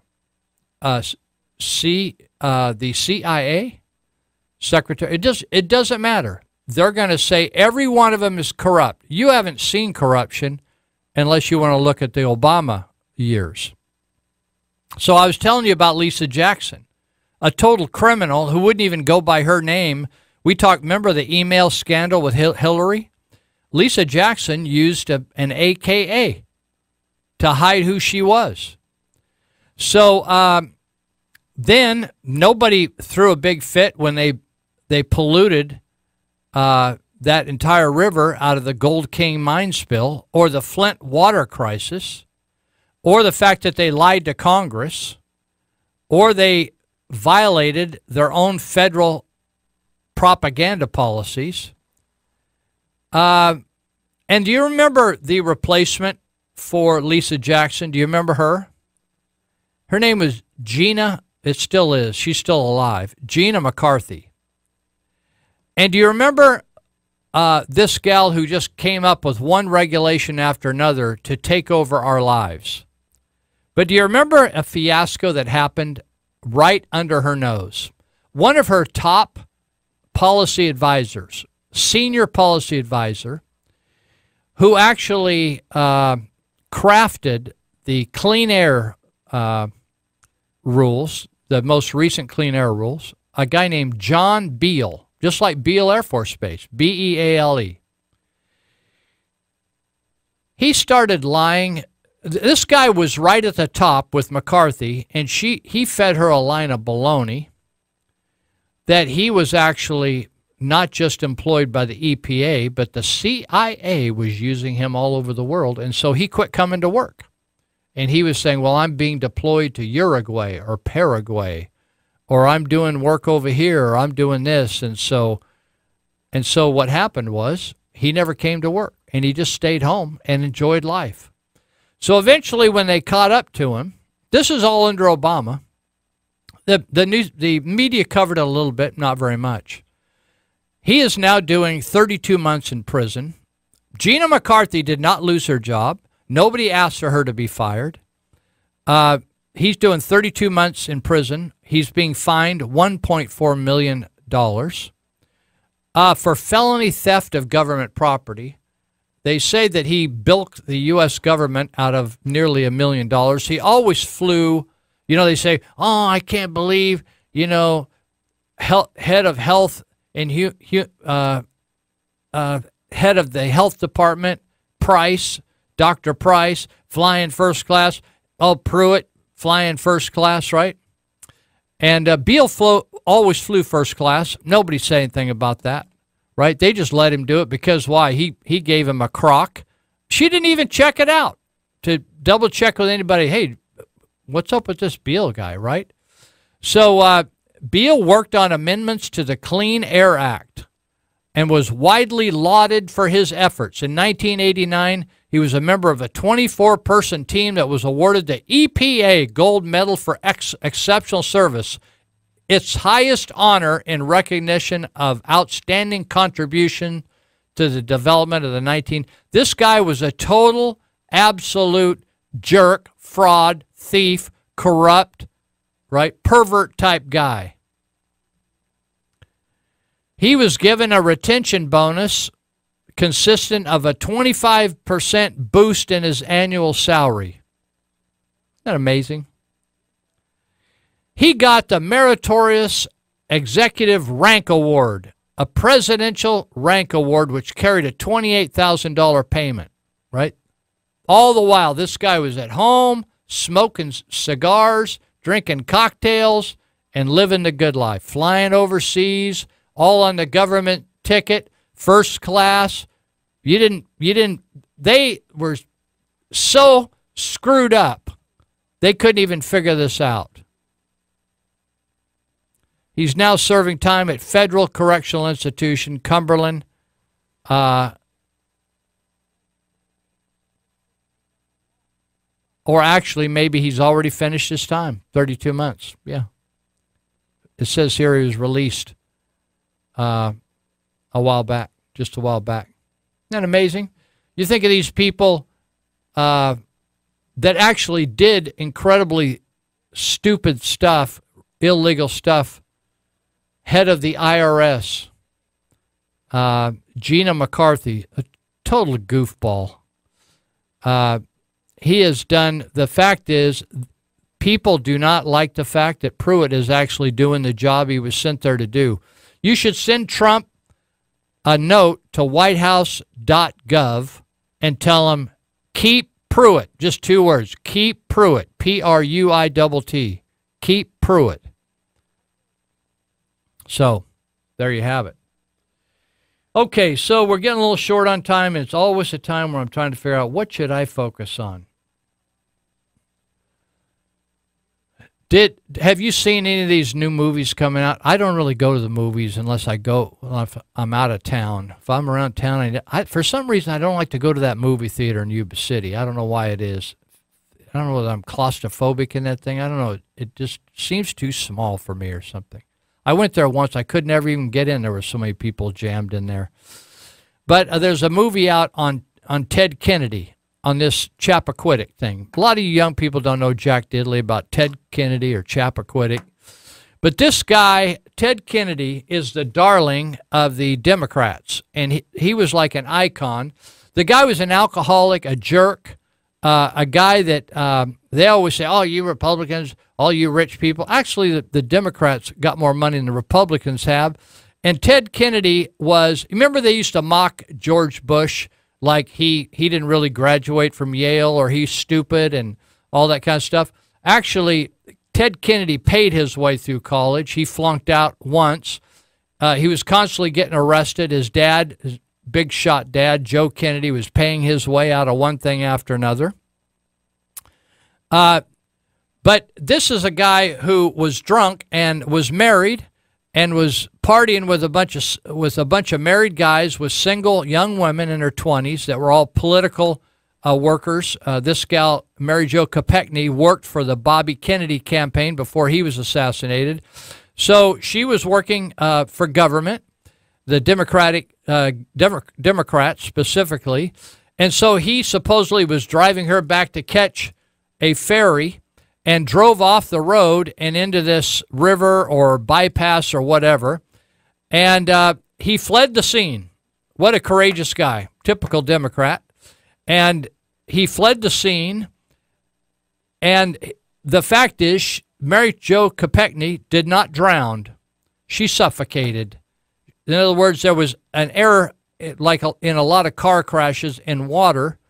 The water doesn't fill the entire cavity of the inside of the car up, so there's like a foot or two of open airspace in there, but eventually you run out of oxygen and you're just breathing carbon dioxide. And so she actually survived. He went home, and he didn't report this for 10 hours, right? What a great guy. This is a guy that the Democrat folks bow before, his idol. And so Mary Jo Kopechne, for hours, was sipping air out in the water, underwater, but surviving. And if he would have just called 911, if he would have just called anyone to say help, they would have rescued Mary Jo Kopechne, who was a Catholic girl. She was a good gal. By all I've ever been able to read about her, was a very hardworking gal, graduated from Catholic college, came from a really great family, not into all the alcohol, not free sexually, not a tramp, but the gal didn't drown. And the diver who went in found her. There was still a pocket of air, but there was no air there. She died of suffocation in her own air void many, many hours after he just walked away from that car. Isn't that amazing? He cheated his way out of Harvard only to gain readmission. His father, you know how, remember Dan Rather lied about George Bush, whether he served in the military or not? Joe Kennedy, the father of Ted Kennedy, fixed Ted Kennedy's 4-year Army enlistment into a 2-year stint and ensured assignments far away from the Korean War in Paris. Got him assigned to Paris. Isn't that good duty? At law school at the University of Virginia, they called him Cadillac Eddie, who would lead police on high-speed chases that made, just like this youngster that got killed here in Marysville, Cadillac Eddie would lead the police on high-speed chases. The Charlottesville police arrested a drunken Kennedy hiding in his car without a license in 1958. Despite the convictions related to reckless driving, Kennedy received a speeding ticket instead of anything more severe. His service as an Army private constituted his only paid employment. This is amazing to me. This reminds you so much of Barack Obama. You remember his records are still sealed? I never think he's worked a day in his life. Ted Kennedy's service as an Army private in Paris constituted his only paid employment prior to his 1962 election, not to city council, not to a school board, not to a board of supervisors, but to the United States Senate. Is that amazing? There's only 100 of those people in the United States. 100.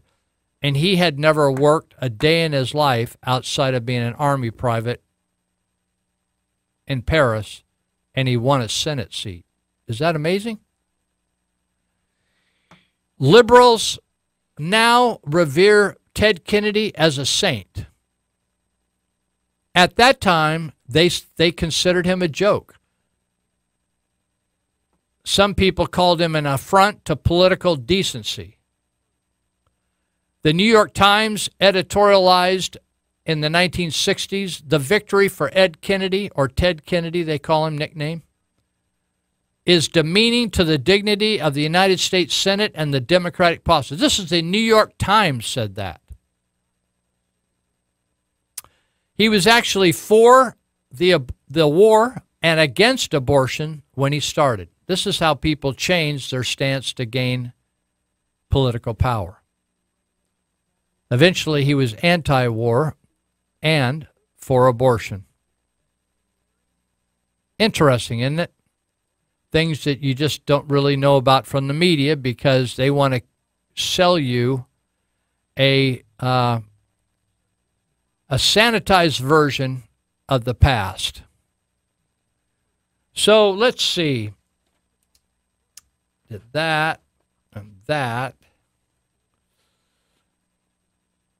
Did you notice that every week now a few more cities are joining the revolt against the sanctuary city and sanctuary state fiasco of California? We started out kind of with the tiny city of Los Alamitos, right? Remember we talked about it last week, 12,000 member city, just like Marysville. They have about 4.4 miles, square miles. Marysville has about 3.4. We have about the same amount of people.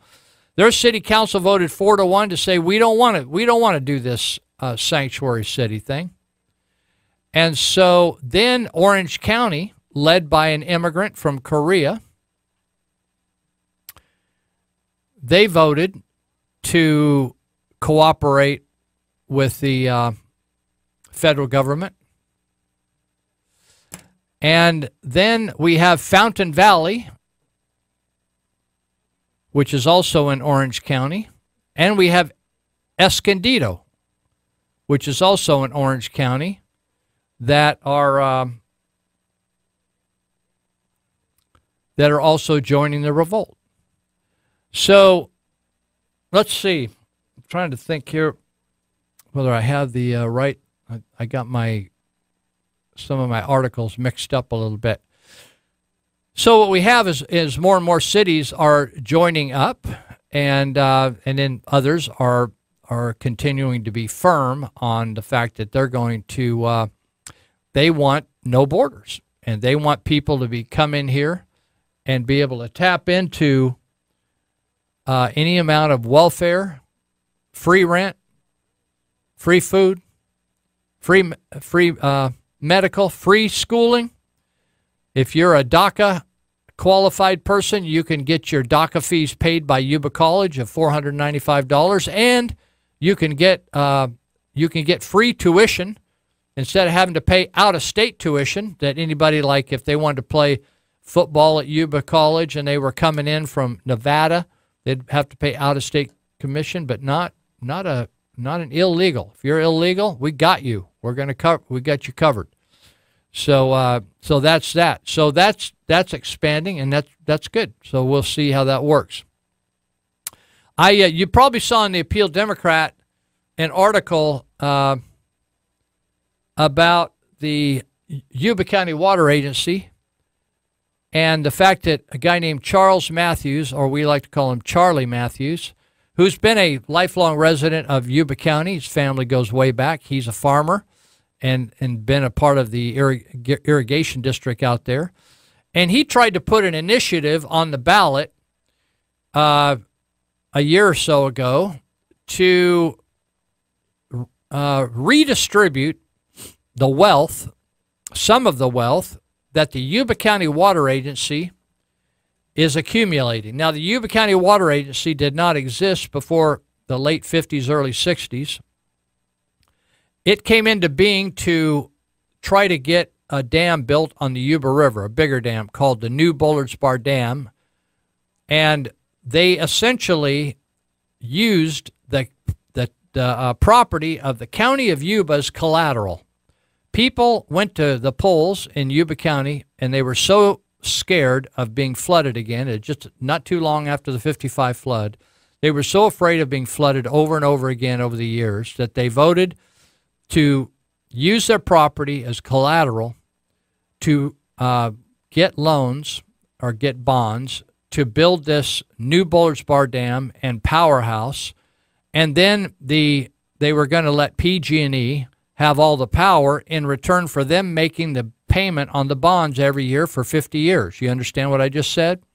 So what they got out of that was more safety, a lot of flood control, and there was some benefits out of more management of the water on the Yuba River. So it actually, when you flood ground with water, the water goes down and replenishes the aquifer, just like the rain coming down, and it rains 1 or 2 or 3 inches. It goes down into the aquifer, the area, large cavities in the earth that are full of water or can be full of water, and they're replenished by water flows from rivers and springs and rain. So as this water was better managed by the Bullards Bar Dam and then distributed out to the water districts, it refilled the aquifers. And so there was so much water, and so the power went to the Pacific Gas and Electric to pay off the bonds, and some of the water was being sold to areas down south and that money came back into the water agency, right? So a funny thing happened along the way. Some of the farmers that had rights to the water out of the river, did you know that you just can't tap into the river and take the water? You ever taken a drink out of the river? Well, no one's going to quibble with a drink or so. But if you start pumping water out of the river without permission and without paying for it, you can go to jail for theft. Did you know that? Well, anyway, these farmers throughout Yuba County, they had they could have water rights out of that river water, and they'd pay for the water from the Yuba County Water Agency, and it's cheaper than pumping water out of the ground. You understand what I'm saying? Because you have to drill a well, et cetera, et cetera. And so they could get water out of the river cheaper, much cheaper. But the water agency said, hey, why don't you pump water? You pump water, and you use the pumped water out of the wells for your crops. We will sell the river water, and we will reimburse you hundreds of dollars per acre feet, which would, for some farmers, was nearly $1 million, $500,000 to $1 million. A lot of money. A year. And in other words, the farmers went into the farming business to sell crops. That's how they're going to make their money. But now it was almost like you and I don't own the water, so we can't get the water and go sell the water. But all of a sudden they were allowing about 100 entities or individuals to make $50,000, $100,000, $200,000, $300,000, $400,000, not off crops, off just water, by just handling water or allowing water to be sold. And so I'm going to tell you the rest of the story when we come back. We got one more break, and then we're going to finish up with the final 30 minutes. Be right back.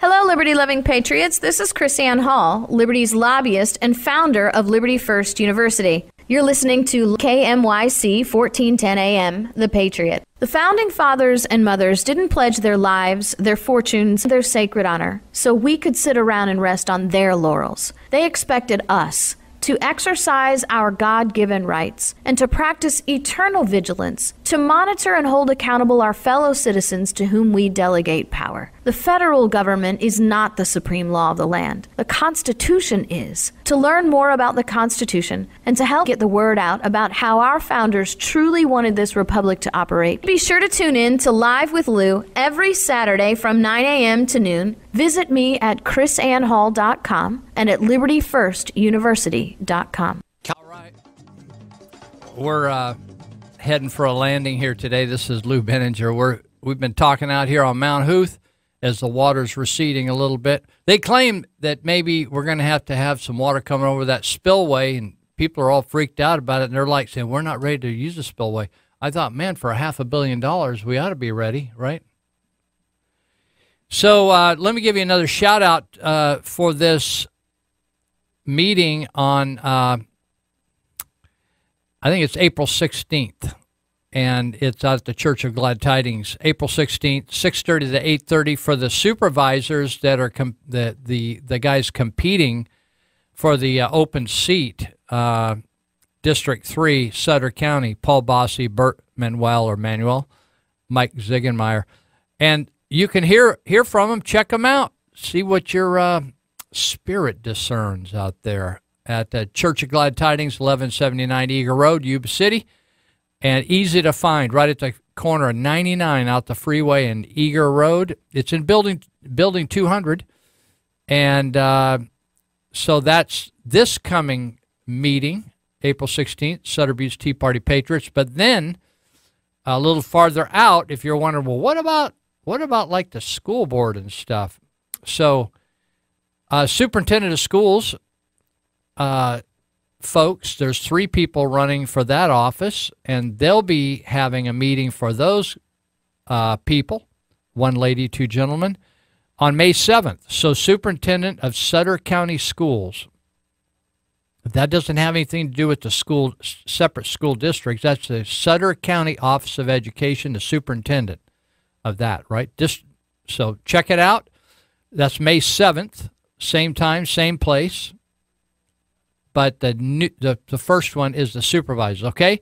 And then, hey, if you're having problems, I got a long talk with the two guys running Universal Security Systems, Monty Hecker and Mike Hahn, and they were telling me story after story yesterday of catching people damaging property, pulling knives, threatening people, all kinds of stuff, and solving problems around the community at different retail establishments. And what they say is that law enforcement is not wanting to respond to take care of these situations. So if you're in business, you might be better off to solve the problem by simply calling Elite Universal Security and get them over to do the work for you, and just let the police thing go and not get into the weeds over the thing and get in a fight with the police over it. Just like forget about them, right?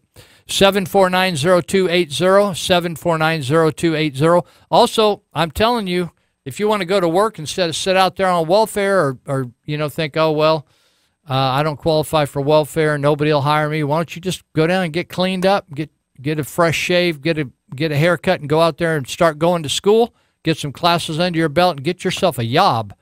And so you can go on api-academy.com, api-academy.com, and you can follow their courses that are coming up, or just dial them up. If you don't have a computer, just dial them up, and 7490280, and they can get you started. Okay? So I was talking to you earlier before we took a break, and I think I'll probably end up on this, is who owns the water anyway? You think, is the state own the water, or God own the water? All the people own the water? Does the Yuba County Water Agency own Yuba County water? They act like it. They act like they do, and they act like a real, they act like they're kind of parenting the county residents, like they know. They're somehow, because they got elected to that office of being a director of the Yuba County, somehow they have supernatural intelligence all of a sudden, where before they sold insurance, or they fixed equipment, or they were a disc jockey or something. But when they sat behind that big platform with their name on it, all of a sudden they got supernatural intelligence. Well, who owns the water? Why should 100 what they call pumpers, these are people that have property in Yuba County, and they have rights to dip into this Bullards Bar Dam water, and buy cheap what they call surface water that flows across the surface, so you don't get confused, as opposed to well water that they pump out of the ground. There's water that they can pump out of the ground for their crops and sprinkle or flood their crops, or they can get this water out of the river that comes to them in ditches. And so the Yuba County Water Agency says, listen, we can sell this river water, right? You go ahead and pump out of your well, and we'll make sure that the aquifers underneath stay full. You pump there, and you pay the extra money, but when we're going to pay you for the water that you don't pull out of the river, the annual water that you would pull out of the river. And it's about 3 or 4 times what they actually spend. And some of these guys are making hundreds and hundreds of thousands of dollars just because they got some property in Yuba County. And the question is, it was Yuba County residents that took the risk to build that dam. They had the foresight and took the risk to build that dam. And the question is, why should a handful of people make hundreds of thousands of dollars a year, and Yuba County residents get nothing except flood protection that they've always got, even when PG&E took all the money? Remember, PG&E took all the money for 50 years off the power to pay off the loans or the bonds. And so Charlie Matthews has wanted to put it before the voters, and it's just really odd. In order to put a referendum or a measure on the ballot, he had to actually go through the water agency, and the water agency turned it down. I think that's a violation of all the residents of Yuba County, our constitutional rights. I don't think that an agency can turn down a ballot initiative. I think it's against the Constitution. But I think Charlie ran out of time and money to fight it because you're going to have to go to court. And I think some of the people in the water agency know that, and they're hypocrites. They know it's against the law, but they don't trust the system. What Charlie Matthews wanted to do is reward the people, the citizens of Yuba County, with some financial benefits, whether it could be reduction in power bills. It could be some money, right? He did not say that pumpers shouldn't earn any money. He did not say that the Yuba County Water Agency shouldn't get money. He didn't say, he said the water district should get money. There's a lot of money involved, hundreds of millions of dollars a year. And so he says everybody could benefit. And he said the people of Yuba County who, at this time, our forefathers, my parents, my uncles, my aunts, my grandmother who owned property, all put their property on the line to guarantee that bond. In other words, if they got behind on that bond, they would have had to borrow, or they'd have to come up with some money individually to pay that bond off. So now the Yuba County Water Agency is very protective and secretive about how the money is managed. And their argument always is now, well, we got to be really cautious because if anything breaks, it costs hundreds of millions of dollars. Makes sense to me. But they don't tell the whole story. In other words, it's only when we feel, our 7 board members, only when we feel that you have a righteous cause will we give you any money. And we're not going to just give people to residents. Did you know, actually, I wrote an article in the Territorial Dispatch about this last week, territorialdispatch.biz if you want to look at it online. And I make a rough comparison to Alaska. Do you know that in Alaska, when they discovered oil on the North Slope, what they call the North Slope of Alaska, they ran into a massive reserve of oil up there. And when they started drawing the oil out and the oil companies had to pay royalties to the state of Alaska, the residents did it by initiative. They got some of that money carved out to benefit them, instead of just having another slush fund for political figures to spend on stupid projects that they would take credit for later. So if you've been a resident of Alaska for over a year, or you were born there, like you could be a newborn baby and get in on this, right? All you have to do is be a breathing resident, but you can't just move there and get it after being there 5 weeks. You got to be there at least a year, or a newborn. And they've gotten each year since the 1980s, I think, a couple $1,000s a year from those oil royalties. And it's paid to the Alaskan government, state of Alaska. So my concept was that people in Yuba County could benefit. We have some of the poorest folks in the state of California living in Yuba County, and we're taxed the same as the rest of the state. In fact, we may have higher taxes in the state, in the city of Marysville, because they have an additional 1% sales tax on top of the state sales tax in Marysville. And now the county wants to add more taxes as well. So why not benefit some of the citizens that actually choose to live in the county of Yuba? So this thing is going to be more of a topic of conversation. Charlie Matthews is not saying to make the Yuba County Water Agency financially feeble or go into the red, as they say. But he's also saying that to say you got to put aside $300 million nest egg to cover any future liabilities is crazy as well. He makes a good argument. I read his argument the other day that he made before one of the service clubs. He sent me a copy, and he makes a legitimate argument.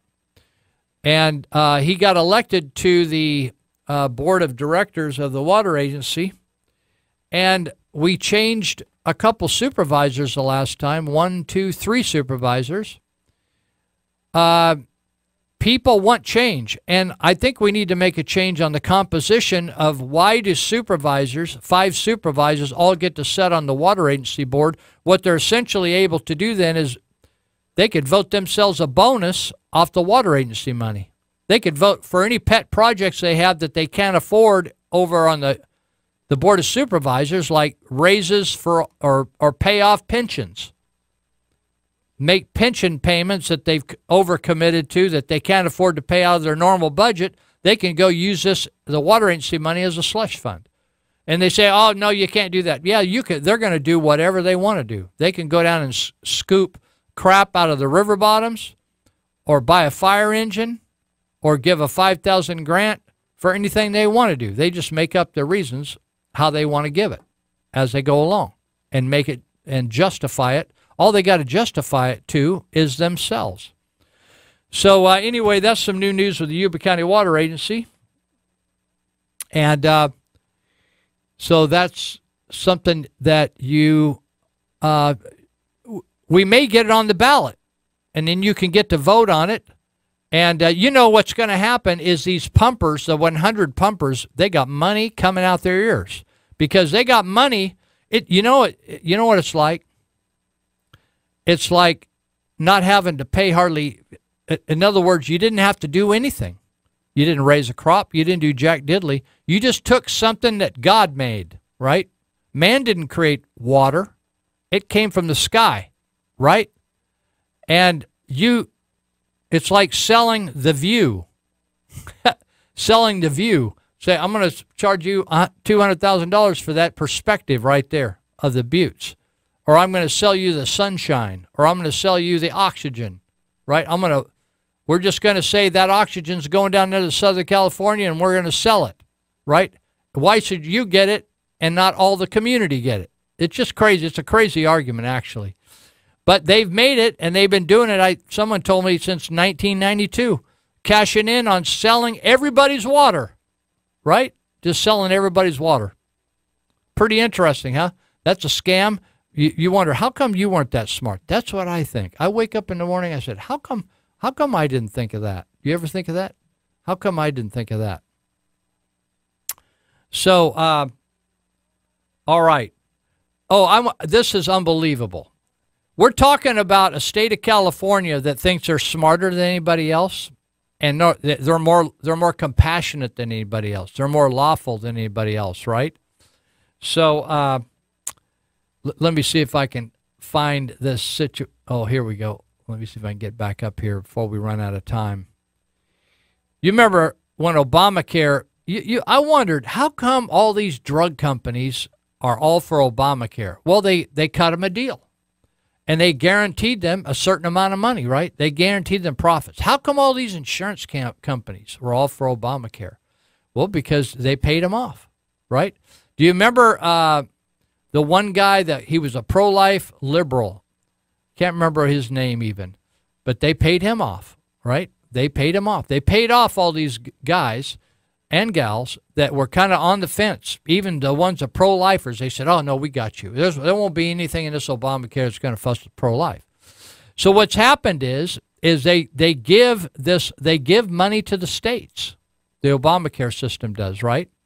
So now the federal government has found that California has committed, the state now has committed massive Medicaid fraud. Now you hear doctors that bill Medicaid fraudulently. They'll like double, triple, quadruple bill Medicaid, or they'll say this person qualifies for Medicaid and they really didn't. Now bill Medicaid. So the HHS, Health and Human Services, Office of Inspector General, has found that by exploiting Obamacare's expansion of the program, right, California enrolled, remember the enrollment, Cover California, you remember that term, Cover California?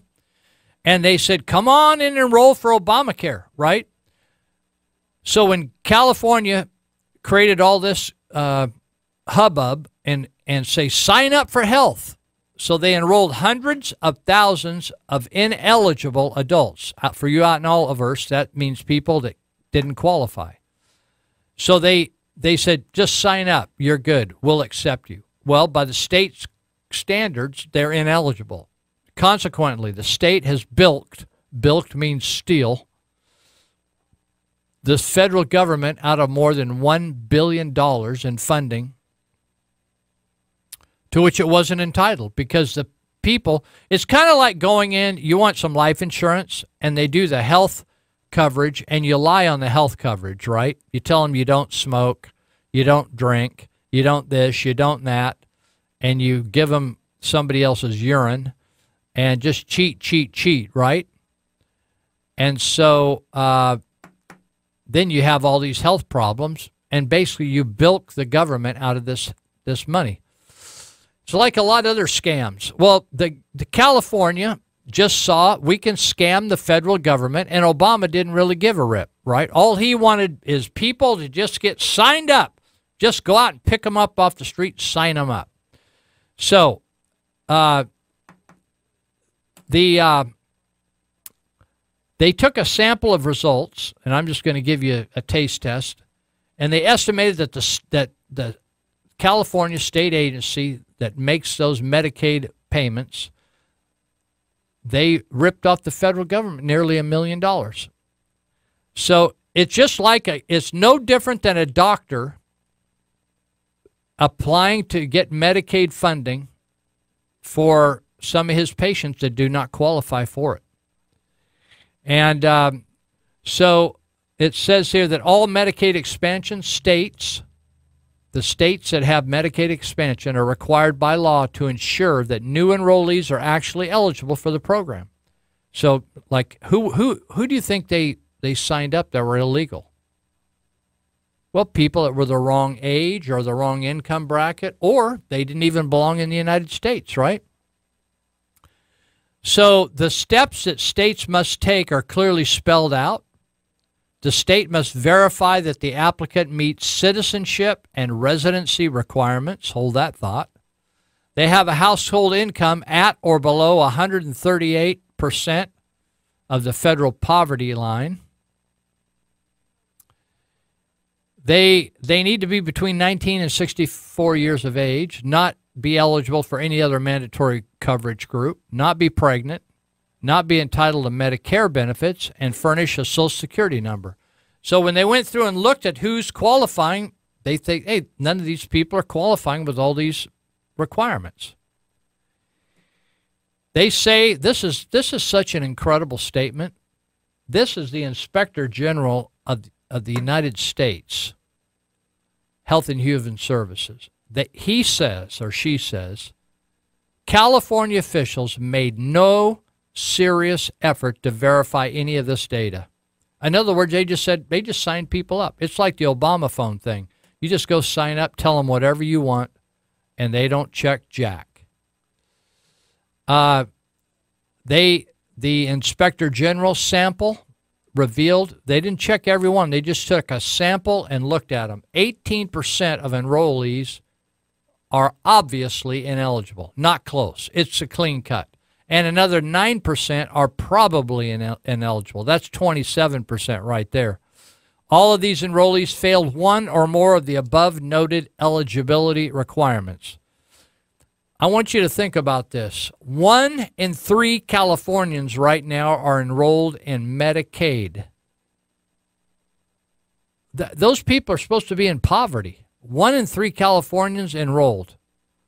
There's 40 million people in California. 1 in 3? So as long as the Affordable Care Act, or what we call Obamacare, remains in place, the federal government will pay a minimum of 90% of California Medicaid's costs for new enrollees. Can you see the scam here? Every time they put somebody on the system, hoping that no one would ever check or look, whatever the costs were, they got 90% covered. A huge cash cow for the state of California. All right, so I can't do any more on that. But the state is breaking the law while they expect you to obey their stupid laws, like sanctuary cities. We'll be back next week. We got sports coming up. You ought to hang around if you like sports. And also, our friend Zach tonight at 6 o'clock is going to have sports again. So you can have double sports right now for a couple hours, then later. We'll see you next week. And if you meet somebody you don't know for the first time, take care. It might be an angel and you didn't even know it.